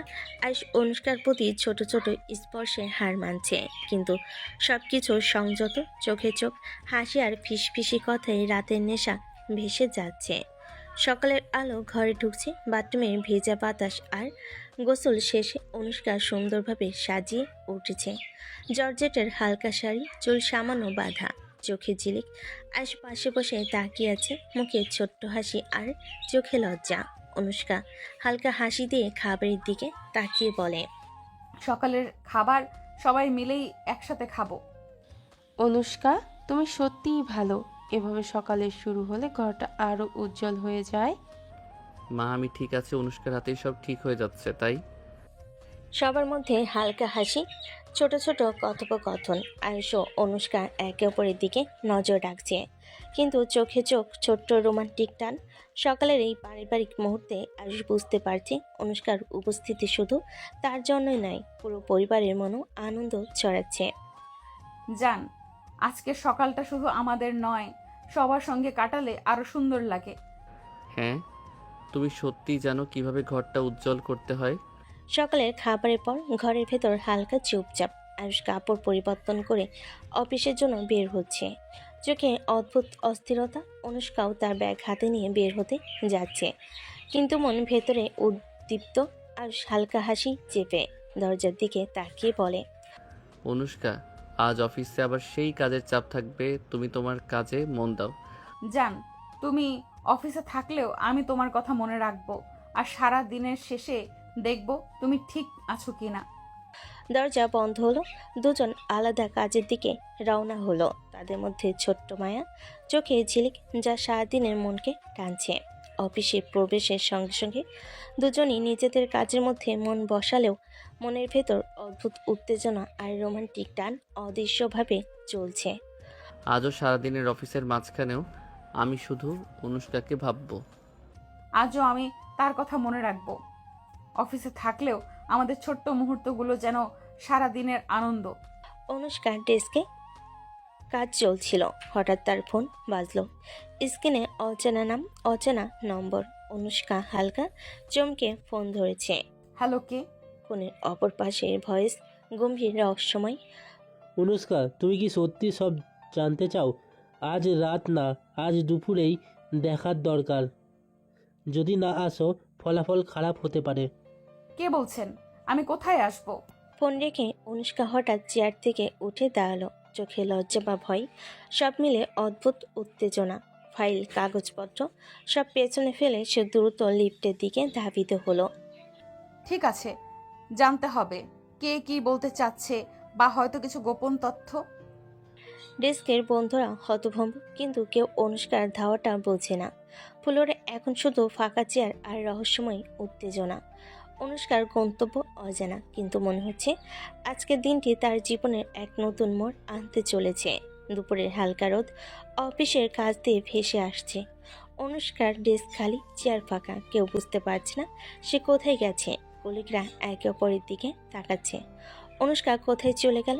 চুপচাপ প্রশ্ন। ডেস্কে তার ব্যাগ, ফাইল সবই আছে, কিন্তু সে নেই। ঘন্টা কেটে গেছে। একসময় অনুষ্কার সেলফিশ ধাপের আওয়াজ ভেসে আসে, সবার চোখ তার দিকে। অনুষ্কা হালকা হাসি দিয়ে ধীরে ডেস্কে বসে। দুঃখিত সবাই, ছোটখাটো কাজ ছিল, এবার কাজ শুরু করি। কেউ জানতে পারল না অনুষ্কা কোথায় গিয়েছিল, তবে তার চোখে অদ্ভুত উজ্জ্বলতা, হালকা রহস্যময় হাসি, যা জানাচ্ছে সে কিছুটা নতুন অভিজ্ঞতা নিয়ে ফিরে এসেছে। মনের ভেতর কিছু টান, কিছু উত্তেজনা, দুজনের সম্পর্কের মধ্যে আরও অদৃশ্য রহস্যের সূচনা। দুপুরের আলো ঘরে ঢুকছে। অনুষ্কার বাবা মা পাশের বাড়ি থেকে এসে জানালা দিয়ে তাকাচ্ছেন, হালকা হাসি, চোখে উষ্ণতা। অনুষ্কা, সব ঠিক আছে তো? এখন তো বাড়িতে চল, ঘুরে আসবি কয়েকদিন। মা, আমরা চাই তুমি শান্তিতে থাকো, কোনো ঝামেলা নেই, তাই না? হ্যাঁ বাবা মা, সব ঠিক আছে। আমি চাই এই কয়দিন তোমাদের সঙ্গে কাটাই। আজ দূরে দাঁড়িয়ে সব দেখছে। মনটা হঠাৎ ভারী হয়ে গেল, চোখে হালকা কষ্ট, বুকের মধ্যে অদ্ভুত ব্যথা। সে বুঝতে পারছে অনুষ্কার বাবা মায়ের উপস্থিতি তার নিজেদের অনুভূতি সঙ্গে খেলছে। আমি চাই সব ঠিক থাকুক, কিন্তু কেন এসব দেখে মন খারাপ হচ্ছে বুঝতে পারছি না। অনুষ্কার বাবা মায়ের সঙ্গে হেসে কথা বলছে, ঘরের মধ্যে উষ্ণতা ছড়াচ্ছে। আজ দূরে দাঁড়িয়ে চোখে অদৃশ্য হতাশা, কিন্তু কিছু বলছে না। মনের ভেতর একটি ছোট্ট দ্বন্দ্ব তৈরি হচ্ছে, ভালোবাসা আর অভিমান মিশে। রাত প্রায় 2টো, বাড়ির সবাই গভীর ঘুমে। চাঁদের আলোয় জানালার ফাঁক গলে নরম আলো ঢুকে পড়েছে ঘরে। অনুষ্কা বিছানায় চুপচাপ শুয়েছিল কিছুক্ষণ, তারপর ধীরে ধীরে উঠে দাঁড়ালো। আলমারির নিচ থেকে কালো হুডি টেনে বের করলো, মাথায় চাপিয়ে নিল।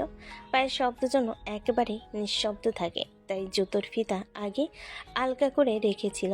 চোখের কোণে একবার ঘড়ির দিকে তাকালো, 2:17 AM। ধীরে ধীরে বারান্দার দরজা খুলে বাইরে বেরিয়ে গেল সে। গলি অন্ধকারে মিলিয়ে গেল তার অবয়ে। কোথায় যাচ্ছে, কেন যাচ্ছে, কেউ জানলো না।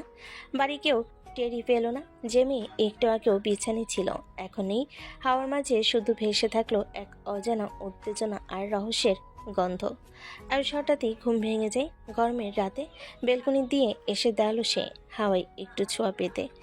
চোখে আধ ঘুম ছিল, কিন্তু হঠাৎই কিছু নড়াচড়া তার দৃষ্টি আটকে দিল।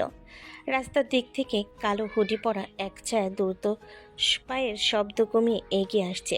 গলির মোড় থেকে আলো এসে মুখটা খানিকটা স্পষ্ট করলো। অনুষ্কা। আয়ুষ ভুল কুচকাল। রাত প্রায় 3:30। একজন মেয়ে এভাবে বাইরে থেকে ফিরছে। কোথায় ছিল এতক্ষণ? সে চুপচাপ দাঁড়িয়ে রইল। অনুষ্কাকে বাড়ির গেট খুলে ভিতরে ঢুকতে দেখলো। অনুষ্কা চারপাশে দেখে যেন নিশ্চিত হলো কেউ দেখেনি, তারপর নিঃশব্দে নিজের ঘরে চলে গেল। আয়ুষের বুকের ভেতর প্রশ্নের ঢেউ। রাতের এই অন্ধকারে সে আসলে কোথায় গিয়েছিল? সকালটা শান্ত হলো। আয়ুষের মন মোটেও শান্ত না। সারা রাত ঘুম হয়নি। বেলকনিতে দাঁড়িয়ে দেখা সেই দৃশ্য বারবার মাথায় ভেসে আসছে। কালো হুডি পরে চুপিসারে বাড়িতে ফেরা অনুষ্কা, তার মুখে সেই অদ্ভুত দৃঢ়তা আর চারপাশে তাকানোর ভঙ্গি, সব কিছুতেই যেন একটা রহস্য লুকিয়ে আছে। কফির কাপ হাতে নিয়ে আয়ুষ নিজেকে বোঝানোর চেষ্টা করলো। হতে পারে ভুল দেখেছি, হয়তো অন্য কেউ ছিল। কিন্তু না, সেই মুখ ভুল হওয়ার সুযোগ নেই। দুপুরের দিকে আয়ুষ ঠিক হলো আজই অনুষ্কার সাথে কথা বলবে, বেশ ক্যাজুয়াল ভঙ্গিতে, যেন কিছুই জানে না এমন করে। বিকেলবেলায় সে অনুষ্কাদের বাড়ি পৌঁছালো। গেটের দারোয়ানকে নাম বলতে ভেতরে ঢোকার অনুমতি মিলল। ড্রয়িং রুমে বসে থাকতে থাকে চারপাশের পরিচিত সাজসজ্জা দেখতে লাগলো, কিন্তু মাথায় ঘুরপাক খাচ্ছে একটাই প্রশ্ন, রাতের বেলা কোথায় গিয়েছিল সে? কিছুক্ষণ পর অনুষ্কা এসে দাঁড়ালো দরজায়। আজও সেই হাসি মুখে, কিন্তু চোখে যেন লুকানো একটা সতর্কতা আছে। কেমন আছো? ভালো। তুমি এত হঠাৎ? এমনি মনে পড়লো তাই চলে এলাম। দুজন কিছুক্ষণ হালকা গল্প করলো, আবহাওয়া, পরিচিত মানুষের খোঁজ। কিন্তু আয়ুষের মনে যতই অন্য কথা চলে, ঠোঁটে উঠে আসছে শুধু সেই প্রশ্নটা। শেষমেশ সে থামতে পারল না। আচ্ছা, কাল রাতে তুমি কি কোথাও গিয়েছিলে? অনুষ্কার ভেতরে হঠাৎই এক ধাক্কা লাগলো। হাতের কাপটা সামান্য কেঁপে উঠল, কিন্তু মুখের হাসি একটু টলেনি। মনের ভেতর ভয় ঢুকে পড়লো, সেটা চেপে রাখলো দক্ষতার সাথে। না তো, রাতে আবার কোথায় যাব? তুমি এসব প্রশ্ন করছো কেন? আয়ুষ এক মুহূর্তে তার চোখের দিকে তাকিয়ে রইল। সেই চোখে সত্যি আছে নাকি মিথ্যে বুঝতে পারল না, কিন্তু তার স্বাভাবিক ভঙ্গি আয়ুষকে আরো অস্বস্তিতে ফেল। না, এমনি জিজ্ঞেস করলাম, মনে হলো দেখেছিলাম, হয়তো ভুলও হতে পারে। তুমি স্বপ্ন দেখছো মনে হয়। আলোচনাটা সেখানেই থেমে গেল, কিন্তু আয়ুষের মনে গেঁথে রইল সন্দেহের কাঁটা। সে চুপচাপ মনে মনে বলল, না অনুষ্কা, তুমি কিছু একটা লুকাচ্ছ। আয়ুষ যখন ড্রয়িং রুমে বসে আছে, তখনই ভেতর থেকে এক গলা উচ্ছ্বাসিত আওয়াজ ভেসে এলো। আরে আয়ুষ, তুমি অনেকদিন পর এলে বাবা। আয়ুষ উঠে দাঁড়িয়ে সালাম করলো। আসসালামু আলাইকুম। কেমন আছেন চাচি? আমি ভালো আছি রে, তুই কেমন আছিস? বলতে বলতে তিনি যেন খুশিতে ব্যস্ত হয়ে গেলেন। বস বস, আমি রান্নাঘরে যাচ্ছি, তোর জন্য কিছু ভালো রান্না করতে হবে। না চাচি, কষ্ট করবেন না। কষ্ট আবার কি, তুই তো আমাদের নিজের। আজকে তুই যা যা খেতে পছন্দ করিস সব করবো আমি।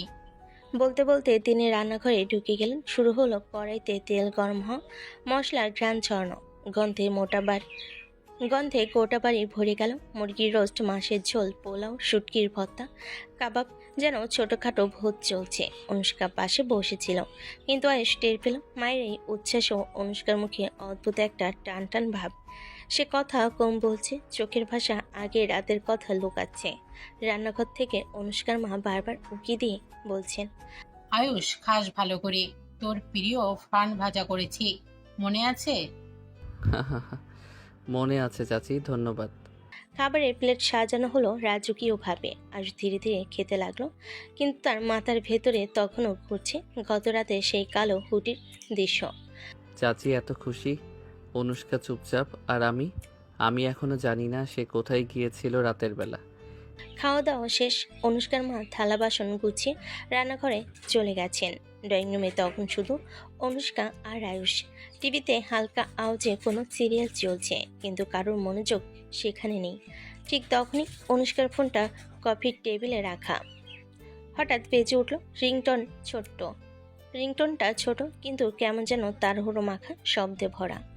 স্ক্রিনের দিকে এক ঝলক তাকিয়ে অনুষ্কার মুখের ভাব বদলে গেল, চোখে স্পষ্ট টান টান এক উত্তেজনা। সে ফোনটা তুলে দূরে গিয়ে দাঁড়ালো। হ্যালো। আয়ুষ পাশেই বসা, কিন্তু শোনার মতো কোনো শব্দ বের হলো না। এরপর অনুষ্কা পা টিপে টিপে বারান্দার দিকে চলে গেল, তারপর পর্দা সরিয়ে বাইরে গিয়ে দরজা বন্ধ করে দিল। আয়ুষ কপাল কুঁচকে চুপচাপ বসে রইল। টিভির আওয়াজ ঢেকে দিল অনুষ্কার দূর থেকে আসা অস্পষ্ট কণ্ঠস্বর, কিন্তু শব্দ ঠিক মতো শোনা গেল না, শুধু বুঝতে পারল গলা নিচু। আজকের কথাগুলো দ্রুত।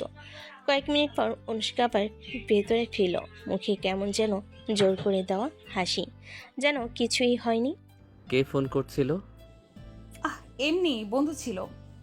সে বসে পড়ল, কিন্তু তার চোখে মুখে সেই অদৃশ্য চাপা গোপনীয়তা এখনো স্পষ্ট। আর কিছু না বলে শুধু মাথা নেড়ে রইল, কিন্তু ভেতরে ভাবল। না অনুষ্কা, তুমি নিশ্চিত কিছু লুকাচ্ছ? সন্ধ্যা নামতেই আয়ুষ বিদায় নিল। অনুষ্কার মা অনেক অনুরোধ করলেন রাতের খাবার খেয়ে যেতে, কিন্তু আয়ুষ শুধু হাসি দিয়ে বলল, চাচি, আজ কিছু কাজ আছে, আবার আসবো। বাড়ি পৌঁছেই ঘরে ঢুকেই সোফায় বসে পড়ল। লাইট জ্বলছে, টিভি চলছে, কিন্তু তার মনোযোগ সেসবের দিকে নেই। হাতের ফোনটা উল্টে পাল্টে দেখতে দেখতে মনে মনে বলল, সে কি করছে আসলে? কোনো সমস্যায় পড়েছে নাকি? ভাবনাটা হঠাৎ থেমে গেল, কিন্তু পরক্ষণেই আবার ফিরে এলো। নাকি কারোর সাথে সম্পর্কে জড়িয়ে পড়েছে, তাই লুকোচুরি করছে আমার সাথে? আয়ুষের বুকের ভেতর কেমন একটা শূন্যতা তৈরি হলো। সে নিজেকে বোঝানোর চেষ্টা করলো, না, এমনটা হওয়ার কথা না, কিন্তু যদি হয়ে থাকে। রাতটা অদ্ভুত ভারী হয়ে গেল তার কাছে। বিছানায় শুয়েও ঘুম এলো না। চোখের সামনে বারবার ভেসে উঠছে অনুষ্কার সেই লুকানো হাসি আর সেই গোপন ফোন কল। রাত প্রায় 12:30। শহরের আলো ধীরে ধীরে নিস্তেজ হয়ে আসছে, চারপাশে হালকা হাওয়ার শব্দ। আয়ুষ বেলকুনিতে দাঁড়িয়ে আছে, হাতে এক গ্লাস পানি। মন তার পুরোপুরি অন্যদিকে। অনুষ্কার রহস্যময় আচরণ, গত রাতের গোপন ফোন আলাপ। ঠিক তখনই তার চোখে পড়ল সামনের বাড়ির গেটের দিকে। গেটটা আস্তে আস্তে খুলল। অন্ধকার ভেতরে থেকে একটা পরিচিত অবয়ব বেরিয়ে এলো, কালো হুডি মাথায়, হাতে ছোট্ট একটা ব্যাগ। অনুষ্কা। আয়ুষের ঠোঁট থেকে শব্দ বেরোলো না, কিন্তু বুকের ভিতর ধপধপ শব্দ বেড়ে গেল। সে সময় নষ্ট করলো না, চুপচাপ নিচের কোটটা গায়ে চাপিয়ে নিচে নেমে এলো। রাস্তার অন্য পাশ থেকে কিছুটা দূরত্ব বজায় রেখে হাঁটতে লাগলো, যাতে অনুষ্কা টের না পায়। গলির পর গলি পেরিয়ে অনুষ্কা হাঁটছে দ্রুত, কোনো দিকে তাকাচ্ছে না, যেন কারোর সাথে দেখা করার তাড়া আছে। আয়ুষের মনে সন্দেহ আরও তীব্র হয়ে উঠল। সে কার কাছে যাচ্ছে? কার সাথে দেখা করবে? কিন্তু ঠিক এক জায়গায় এসে ঘটনা পাল্টে গেল। একটা পুরনো অন্ধকার মোড়ে অনুষ্কা হঠাৎ বাদিকে ঘুরে গেল। আয়ুষ কয়েক সেকেন্ড পরে সেই বাঘ ঘুরতেই শূন্য রাস্তা, চারপাশে কেউ নেই। অনুষ্কা যেন হাওয়া হয়ে গেছে। আয়ুষ থেমে চারিদিকে তাকালো।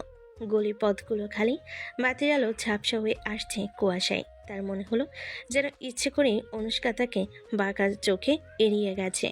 এটা কাকতালীয় না, সে জানতো আমি পিছু নিয়েছি। রাতের ঠান্ডা হাওয়া হাড়ে কেটে ঢুকতে লাগলো, কিন্তু আয়ুষের বুকের ভেতর তখন কেবলই জ্বলন্ত প্রশ্ন। অনুষ্কা আসলে কি করছে এই গভীর রাতে? সকালে রোদ ফোটার কিছু পরেই আয়ুষ অনুষ্কাদের বাড়ির সামনে এসে থামল। গত রাতের রহস্য তার মাথায় এমনভাবে ঘুরছে যে ঘুম থেকে উঠে প্রথমে চিন্তা ছিল আজ অনুষ্কাকে নিজের সাথে নিয়ে যাওয়া।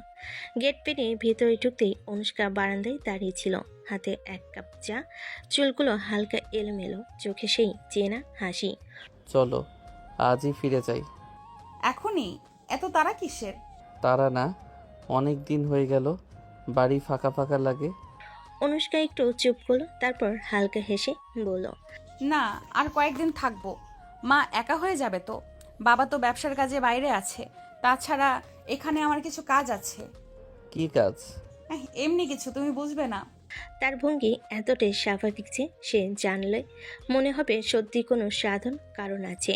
কিন্তু আয়ুষের মনে আগের রাতে দেশোয়ার হঠাৎ হারিয়ে যাওয়া সেই ছায়া আবারও ভেসে উঠল। কাজ নাকি সেই গোপন জায়গায় আবার যাওয়া? সে চুপচাপ মাথা নেড়ে হাসলো, কিন্তু মনে মনে ভাবলো, ঠিক আছে অনুষ্কা, আর কয়েকদিন থাকো, কিন্তু এবার আমি তোমার চোখের আড়াল হব না। অনুষ্কার কথা শুনে আয়ুষ আর কিছু বলল না, হালকা হাসি দিয়ে বলল, ঠিক আছে, যেহেতু তোমার ইচ্ছে, আমি অফিসে যাচ্ছি। গাড়ির চাবি হাতে নিয়ে নিচে নেমে এলো সে। বাইরে রোদ তখন তীব্র হয়ে উঠেছে, রাস্তার ধুলা হাওয়ায় উঠছে। স্টিয়ারিং ধরতে আয়ুষের চোখে আবার ভেসে উঠল কাল রাতের দৃশ্য, কালো হুডি, তার পা, আর সেই হঠাৎ অদৃশ্য হয়ে যাওয়া। অফিসের দিকে গাড়ি ছুটল, কিন্তু মন তার পুরো সময় অনুষ্কার দিকেই পড়ে রইল। আজ হয়তো ব্যস্ততা আমাকে কিছুটা দূরে রাখবে, কিন্তু রাত নামলেই আমি আবার নজর রাখবো। গাড়ি মিলিয়ে গেল শহরের ভিড়ে, আর অনুষ্কা বারান্দায় দাঁড়িয়ে অনেকক্ষণ ধরে সে গাড়ির পেছনের আলো মিলিয়ে যাওয়া দেখলো। তার ঠোঁটে এক রহস্যময়ী হাসি খেলে গেল। অফিসে পৌঁছে আয়ুষ লিফট থেকে বেরিয়ে সোজা নিজের কেবিনে ঢুকলো। টেবিলে ভরা ফাইল, ল্যাপটপে খোলা ইমেল। সকালে মিটিংয়ের আগে সব গুছিয়ে নিতে হবে। চেয়ারটায় বসে সে গভীর শ্বাস নিল, তারপর ল্যাপটপে মন দিল। প্রেজেন্টেশনে স্লাইড বদলাচ্ছে, ফাইলের ডেটা যাচাই চলছে, মাঝে মাঝে কল রিসিভ করছে। সব যেন স্বাভাবিক, কিন্তু ভেতরে মাথায় অন্য এক চিন্তা ঘুরছে। অনুষ্কা এখন কি করছে? আবার কি কথা বের হবে, নাকি কারোর সাথে কথা বলছে? তার হাতের কলমটা বারবার ঘুরছে আঙ্গুলে, যেন যোগাযোগ ধরে রাখতে চাইছে, কিন্তু যেখানেই মন চাই সেখানেই এসে পড়ে গত রাতে সেই হারিয়ে যাওয়া দৃশ্য। লাঞ্চ ব্রেকে সহকর্মীরা, আয়ুষ, আজ ক্যাফেতে যাবি? না, তোমরা যাও, আমার কিছু কাজ আছে। খাবারের সময়ও ল্যাপটপের সামনে বসে থাকলো, যেন নিজের চিন্তাগুলোকে চাপা দিতে কাজকেই ঢাল বানিয়েছে। কিন্তু কাজ যতই করুক, এক জিনিস পরিষ্কার, আজ রাতেও যদি অনুষ্কা বাইরে যায় তবে সেটা চোখ এড়িয়ে যেতে দেবে না। সন্ধ্যার হালকা অন্ধকার নেমে এসেছে, শহরের রাস্তার বাতিগুলো একে একে জ্বলে উঠছে। আয়ুষ হাতে ছোট্ট একটা ফুলের তোড়া নিয়ে অনুষ্কার বাড়ির সামনে এসে দাঁড়ালো। মনে মনে ভাবছিল, সারাদিন অফিসের ঝক্কি শেষে একটু দেখা হবে ওর সাথে। দরজায় কড়া নাড়তেই ভেতর থেকে কোনো সাড়া এলো না। একটু অবাক হয়ে গেট ঠেলে ভেতরে ঢুকলো। চাচি, অনুষ্কা কোথায়? অনুষ্কার মা রান্নাঘর থেকে বের হয়ে হালকা দ্বিধাভরা মুখে বললেন, ও তো একটু কাজে গেছে বাবা, হয়তো দেরি হবে ফিরতে। কোথায় গেছে? জানি না, হঠাৎ করেই বেরিয়ে গেল, কিছু বলেনি। আয়ুষ চুপ হয়ে দাঁড়িয়ে রইল। ভেতরে অদ্ভুত একটা অস্বস্তি খচখচ করতে লাগলো। হাতে ধরা ফুলের তোড়াটা কেমন যেন অর্থহীন লাগতে লাগলো এখন। সে ধীরে ধীরে বাইরে বের হয়ে এলো, রাস্তার দিকে তাকিয়ে মনে মনেই বলল, অনুষ্কা, তুমি ঠিক কোথায় যাচ্ছ, আর কেন আমায় বললে না? তার চোখে স্পষ্ট হয়ে উঠল সন্দেহের ঝিলিক। পকেট থেকে ফোন বের করলো, কিন্তু নাম্বারে কল দেওয়ার আগেই হাত থেমে গেল। আজ ওকে ফলো না করলে হয়তো এই অদ্ভুত অনুভূতিটা সারা রাত পড়তে থাকবে। রাত প্রায় 2:30। আয়ুষ ঘুমাতে পারছে না, বেলকনিতে দাঁড়িয়ে সিগারেট হাতে ফাঁকা রাস্তায় তাকিয়ে আছে। হঠাৎ দূরে একটা গাড়ি এসে থামলো অনুষ্কাদের বাড়ির সামনে। আয়ুষ চোখ কুঁচকে দেখলো, গাড়ি থেকে নেমে এলো অনুষ্কা, আর তার সাথে এক অচেনা ছেলেটা কিছু একটা বলল, আর অনুষ্কা হেসে উত্তর দিল। তাদের ভেতরে যাওয়ার আগে ছেলেটা অনুষ্কার কাঁধে হাত রাখলো। আয়ুষের রক্ত গরম হয়ে গেল মুহূর্তেই, হৃৎপিণ্ড ধুকধুক করছে। হাতের সিগারেট মাটিতে ফেলে দিল। দ্বিতীয়বার ভাবার সুযোগ না দিয়ে সোজা নিচে নেমে অনুষ্কাদের বাড়ির গেটে পৌঁছে গেল। গেট ঠেলে ঢুকে দরজা ধাক্কা মেরে খুলে দিল। আয়ুষ, তুমি এখানে এই সময়? শেষ কথা হওয়ার আগেই আয়ুষ গরম রাগে তার গালে থাপ্পড় দিয়ে দিল। আয়ুষ গর্জে উঠল, তোমাকে আমি মানুষ ভেবেছিলাম, কিন্তু তুই চরিত্রহীন। তোর মতো মেয়ের সাথে আমার কোনো সম্পর্ক নেই, আমার জীবনে তোর কোনো জায়গা নেই অনুষ্কা। অনুষ্কার চোখে অশ্রু জমে উঠল, ঠোঁট কাঁপছে। সে কিছু বলতে চাইল, কিন্তু আয়ুষ একটা কথাও শুনল না। পেছন ফিরে বেরিয়ে গেল অন্ধকার রাস্তায়। তার পদক্ষেপে যেন প্রতিশোধের আগুন জ্বলছে। দরজার সামনে স্থির দাঁড়িয়ে রইল অনুষ্কা। গালের একপাশে আয়ুষের থাপ্পড়ের জ্বালা যেন পুরো শরীরে ছড়িয়ে পড়েছে, কিন্তু তার চেয়ে বেশি ব্যথা লাগছে হৃদয়ে। চোখের পানি গড়িয়ে পড়তে পড়তে ঠোঁট কামড়ে মনে মনে বলল, একটা কথাও শুনলে না আয়ুষ, শুধু ভুল বুঝলে। আমি কি পরিস্থিতিতে পড়েছিলাম, কেন এই ছেলের সাথে ছিলাম, সেটা জানারও চেষ্টা করলে না। তার গলা ভারী হয়ে এলো। দরজা বন্ধ করে ধীরে ধীরে ঘরে ঢুকলো, কিন্তু বুকের ভেতরে সেই কষ্ট যেন দরজার বাইরে দাঁড়িয়ে থেকে তাকে বিদ্ধ করতে থাকলো। রাতের অন্ধকার তখনও শহরকে শক্ত করে জড়িয়ে রেখেছে। পরের সকাল আয়ুষ নিজের বাড়িতে বসে আছে, মুখে রাগের ছাপ স্পষ্ট। ডাইনিং টেবিলে বসে তার বাবা মা অবাক দৃষ্টিতে তাকাচ্ছেন। আমি অনুষ্কাকে ডিভোর্স দিতে চাই। মুহূর্তেই টেবিলে নীরবতা নেমে এলো। তার মা কেঁপে উঠে বলেন, কি বলছো তুমি আয়ুষ? সব তো ঠিক ছিল, হঠাৎ কি হলো? বিয়ে হলো মাত্র কয়েক মাস আর এখনই এই সিদ্ধান্ত? কোনো কারণ তো বলো। কারণ বলার কিছু নেই। আমি ওকে গত রাতে এমন কারোর সাথে দেখেছি যেটা আমার কাছে অগ্রহণযোগ্য। আমি এমন মেয়েকে বউ হিসেবে রাখতে পারবো না। তুমি কি নিশ্চিত যা দেখছো সেটা ঠিক? হয়তো ভুল বুঝছো। অনুষ্কা খুব ভালো মেয়ে। মা প্লিজ, আমি একবার যা ঠিক করি সেটা আর বদলাই না। তুমি রাগে আছো তাই এখন এমন বলছো। একবার অনুষ্কার সাথে বসে কথা বলো, তারপর সিদ্ধান্ত নাও। কিন্তু আয়ুষ গম্ভীর মুখে চেয়ার ঠেলে উঠে গেল, যেন তার সিদ্ধান্ত পাথরের মতো দৃঢ় হয়ে গেছে। অন্যদিকে অনুষ্কা ঘরের এক কোণে বসে আছে, গালে এখনো থাপ্পড়ের দাগ হালকা লালচে হয়ে আছে, কিন্তু সেটা যতটা কষ্ট দিচ্ছে তার চেয়ে বেশি ব্যথা দিচ্ছে আয়ুষের অবিশ্বাস। মনে মনে সে শুধু একটা কথাই ভাবছে, আমি তো সব বুঝিয়ে বলতে চেয়েছিলাম, কিন্তু সে একটুও সুযোগ দিল না। দুপুরবেলা আয়ুষের চোখে এখনো রাতে সেই দৃশ্য ভাবছে। গভীর রাতে অনুষ্কা আর তার পাশে অচেনা একজন পুরুষ। যতবার ভাবছে রাগে বুক ধরফর করছে। সে ফোনে কিছু না বলে সোজা অনুষ্কাদের বাড়ির দিকে রওনা দিল। চাচি, অনুষ্কা আছে? হ্যাঁ বাবা আছে, তুমি ভেতরে এসো। গেটে ঢুকেই কড়া স্বরে ডাক দিল আয়ুষ। ভারী পদক্ষেপে ভেতরে ঢুকলো। ড্রয়িং রুমের সোফায় বসে থাকা অনুষ্কা মাথা তুলে তাকাতেই তার চোখে একরাশ অবাক ভাব। আয়ুষ ঠান্ডা অথচ ধারালো গলায় বলল, আমি তোমাকে ডিভোর্স দিতে চাই। কথাটা যেন বজ্রপাতের মতো আশ্রে পড়ল ঘরের ভেতর। অনুষ্কা চোখ বড় বড় করে তাকালো। কি বলছো তুমি? হঠাৎ কেন? তুমি জানো খুব ভালো করে, প্রথমত এই বিয়েটা আমি চাইনি, তোমাদের চাপে পড়েই রাজি হয়েছিলাম, কিন্তু মনে নিয়েছিলাম চেষ্টা করব। অথচ তুমি এখন অন্য ছেলের সাথে রাত বিরাতে ঘোরাঘুরি করছো, পরকীয়া করছো। এটা আমি কোনোভাবেই মানব না। তুমি কি পাগল হয়েছো? যা দেখছো সেটা। চুপ। আমি যা দেখেছি সেটা যথেষ্ট। আমার বউ হয়ে অন্য পুরুষের সাথে ঘোরাঘুরি আমার কাছে এটা নোংরা, আর আমি নোংরামি সহ্য করব না। এই সময় অনুষ্কার বাবা ঘরে ঢুকলেন। কি হচ্ছে এখানে? এত চিৎকার কেন? চাচা, আমি অনুষ্কাকে। কি বলছো? সব তো ঠিক ছিল, হঠাৎ এই সিদ্ধান্ত কেন? কারণ আমার বউ অন্য পুরুষের সাথে গভীর রাতে ফিরেছে। আমি চোখে দেখেছি। আমি এই ধরনের সম্পর্ক মেনে নিতে পারি না। আয়ুষ হয়তো ভুল বুঝেছো, অনুষ্কা তো এমন মেয়ে নয়। চাচি, আমি কাউকে বোঝাতে আসিনি, আমি শুধু আমার সিদ্ধান্ত জানাতে এসেছি।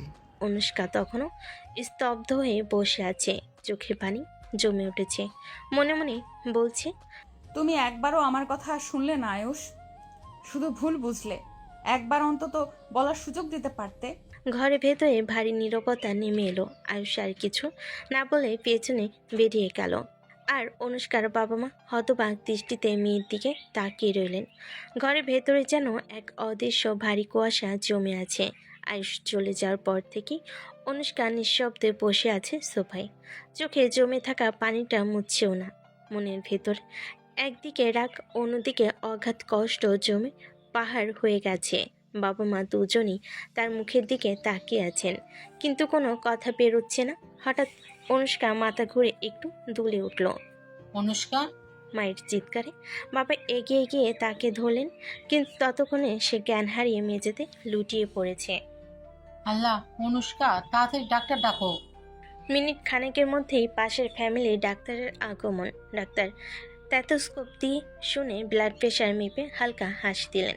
চিন্তার কিছু নেই, ও অতিরিক্ত মানসিক চাপে জ্ঞান হারিয়েছে। তবে একটা ভালো খবর আছে। বাবা মা দুজনেই অবাক হয়ে তাকালেন। ভালো খবর? আপনার মেয়ে মা হতে চলেছে, প্রায় 2 মাসের প্রেগনেন্ট। কথাটা যেন ঘরের ভেতরে এক অদ্ভুত নীরব বিস্ফোরণ ঘটালো। মা অবাক হয়ে মেয়ের মুখে হাত রাখলেন। তুই তো আমাকে কিছুই বলিসনি। এত বড় সুখবর, আর ওর স্বামী আজ ডিভোর্সের কথা বলে গেল। এই সময় অনুষ্কা আস্তে আস্তে চোখ মেলো, মায়ের কোলের উপর মাথা রেখে অস্পষ্ট কণ্ঠে বলল, মা, আমি কিছুই ভুল করিনি, শুধু একবার সুযোগ দিলেই সব বুঝিয়ে বলতে পারতাম। তার চোখের কোণে জমে থাকা জল যেন নীরবে সব কথা বলে দিল, যা কাউকে বলার আর দরকার রইল না। পরের সকাল, অনুষ্কা এখনো বিছানায় শুয়ে আছে, মুখটা ফ্যাকাশে। মা পাশে বসে তার কপালে হাত বুলিয়ে দিচ্ছেন। বাবা ফোন হাতে নিয়ে একটু দূরে দাঁড়িয়ে। বাবা গভীর শ্বাস নিয়ে নম্বর ডায়াল করলেন। আয়ুষ, তুমি কি একটু আসতে পারবে? জরুরি কথা ছিল।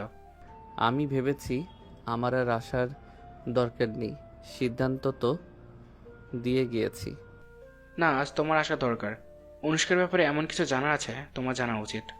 কিছুক্ষণ পর আয়ুষ ভেতরে ঢুকতে ঘরে অনুষ্কা বসে আছেন। বাবা সরাসরি বলে দিলেন, অনুষ্কা প্রেগনেন্ট, 2 মাসের। তুমি বাবা হতে চলেছ। কথাটা শোনা মাত্রই ঘরে এক মুহূর্ত নীরবতা। সবাই তাকিয়ে আছে আয়ুষের দিকে, তার প্রতিক্রিয়ার অপেক্ষায়। আয়ুষের মুখে কিন্তু আনন্দের কোনো ছাপ নেই, বরং ঠান্ডা এক রাত।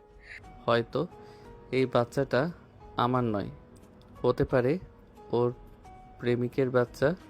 কথাটা যেন ঘরের ভেতর ছুরি হয়ে কেটে গেল। অনুষ্কার চোখে এক মুহূর্তে আগুন জ্বলে উঠল। সে বিছানা থেকে উঠে সোজা আয়ুষের সামনে গিয়ে দাঁড়ালো, তারপর সবার সামনে ঝাপটা দিয়ে এক থাপ্পড় মারল। তুমি আমার স্বামী হয়ে আমার চরিত্র নিয়ে এমন কথা বলার সাহস কোথা থেকে পাও? তুমি যা দেখেছো সেটা অর্ধেক সত্যি, আর অর্ধেক সত্যি জানতে চাওনি। কিন্তু আমার মাতৃত্ব নিয়ে নোংরা সন্দেহ, এটা আমি কোনোদিন মাফ করব না। আয়ুষ, তুমি নিজের স্ত্রীকে অপমান করছো, অথচ একবারও তার কথা শুনলে না। আজ তুমি আমাদের বাড়ি থেকে বেরিয়ে যাও। যখন সত্যিটা জানবে তখন নিজের মুখ দেখতে লজ্জা লাগবে। আয়ুষ শতভম্ব হয়ে দাঁড়িয়ে রইল, কিন্তু তার মুখে এখনো একগুঁয়ে অবিশ্বাসের ছাপ। অনুষ্কা মুখ ফিরিয়ে জানালার দিকে তাকালো, চোখে ওসো আর ঠোঁটে অভিমান জমে রইল। ঘরের ভেতর এখনো থাপ্পড়ের শব্দ যেন বাতাসে আসছে। আয়ুষ সবার সামনে অপমানজনক কথা বলে চুপ হয়ে দাঁড়িয়ে আছে। অনুষ্কার আগে শ্বাস নিচ্ছে ভারী ভারী, তার চোখে জল, কিন্তু কণ্ঠে কঠিন দৃঢ়তা। কখনো জানতে চেয়েছো আয়ুষ আমি কি কাজ করি? কারণ তুমি জানার চেষ্টা করনি। আমি সিআইডি অফিসার আয়ুষ। আমার পেশা এমন যে আমার সব কিছু গোপন রাখতে হয়, ইভেন আমার নিজের স্বামীর কাছ থেকেও। কথাটা শুনে ঘরের সবাই যেন স্তব্ধ হয়ে গেল। মা হাত দিয়ে মুখ ঢাকলেন। বাবা হতভম্ব হয়ে বলেন, সিআইডি? সেদিন রাতে আমি মিশনে ছিলাম, আমাদের টার্গেটের কাছাকাছি গিয়েছিলাম, কিন্তু হঠাৎ আক্রমণ হয় আমার উপর। আমার সহকারী, যাকে তুমি প্রেমিক ভাবছো, সে আমাকে নিরাপদে বাসায় পৌঁছে দিয়েছে। তুমি যদি একবারও জিজ্ঞেস করতে আমি সব বলতাম, কিন্তু তুমি না জেনে না শুনে আমার চরিত্র নিয়ে এত নোংরা কথা বললে, আর আজ আমার মাতৃত্ব নিয়েও সন্দেহ করলে। ঘরে এক মুহূর্তে নীরবতা নেমে এলো। ডাক্তার, বাবা মা সবাই স্তব্ধ হয়ে একে অপরের মুখের দিকে তাকাচ্ছে। বাবা গভীর শ্বাস নিয়ে বলেন, আয়ুষ, তুমি কি বুঝতে পারছো কি অপমান করছো? তোমার স্ত্রী দেশের জন্য নিজের জীবন বাজি রেখে কাজ করে, আর তুমি তাকে বিশ্বাস করোনি। আয়ুষের মুখ ফ্যাকাশে হয়ে গেল, তার হাত দুটো আস্তে আস্তে কাঁপতে লাগলো। চোখ নামিয়ে নিল অনুষ্কার চোখের দৃষ্টির সামনে, কিন্তু অনুষ্কা এবার মুখ ফিরিয়ে নিল। তার চোখে অভিমান জমে পাথর হয়ে গেছে। বিশ্বাস ছাড়া সম্পর্ক হয় না আয়ুষ, তুমি সেটা ভেঙে দিয়েছো। ঘরের ভেতর যেন শ্বাস নিতে কষ্ট হচ্ছিল সবারই। সিআইডি শুনে শুধু চমক নয়, এক ধরনের গর্ব অনুভব করছিল সবাই, শুধু আয়ুষ ছাড়া। কারণ এই গর্বের সাথে তার নিজের ভুলের ভারও এসে পড়েছে কাঁধে। ঘরের সবার দৃষ্টি এখনো অনুষ্কার ওপর নিবদ্ধ। তার চোখে জল থাকলেও কণ্ঠটা এবার ঠান্ডা, নির্লিপ্ত, যেন সব অনুভূতি একসাথে পড়ে ছাই হয়ে গেছে। চিন্তা করো না আয়ুষ, আমি নিজেই ডিভোর্সের সব ব্যবস্থা করে দিব। তোমার কষ্ট হবে না এক ফোঁটাও।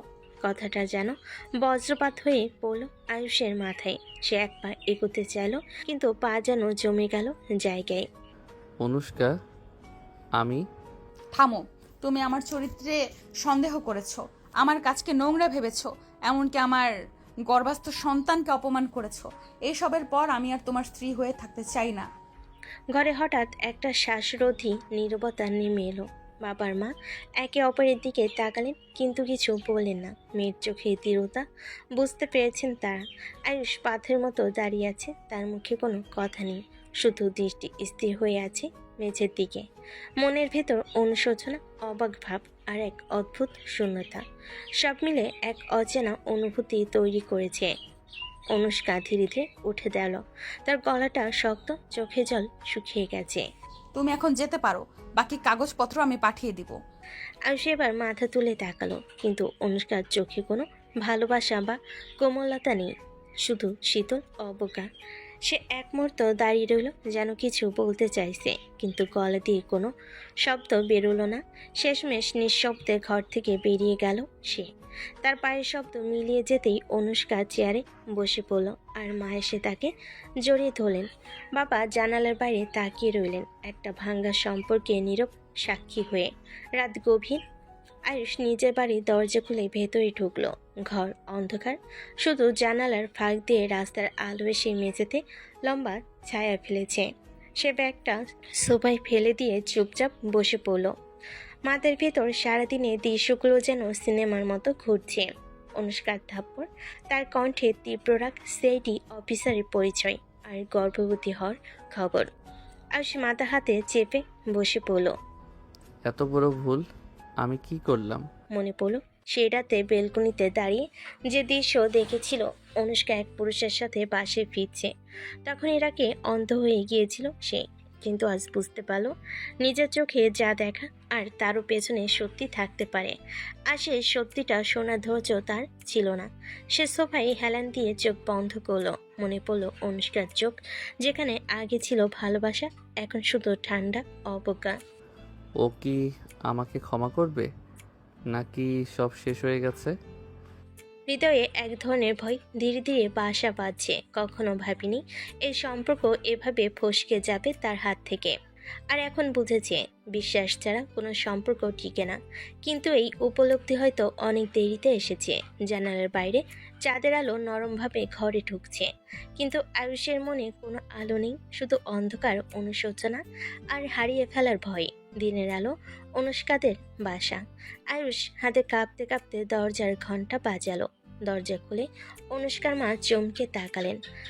আয়ুষ, তুমি এখানে?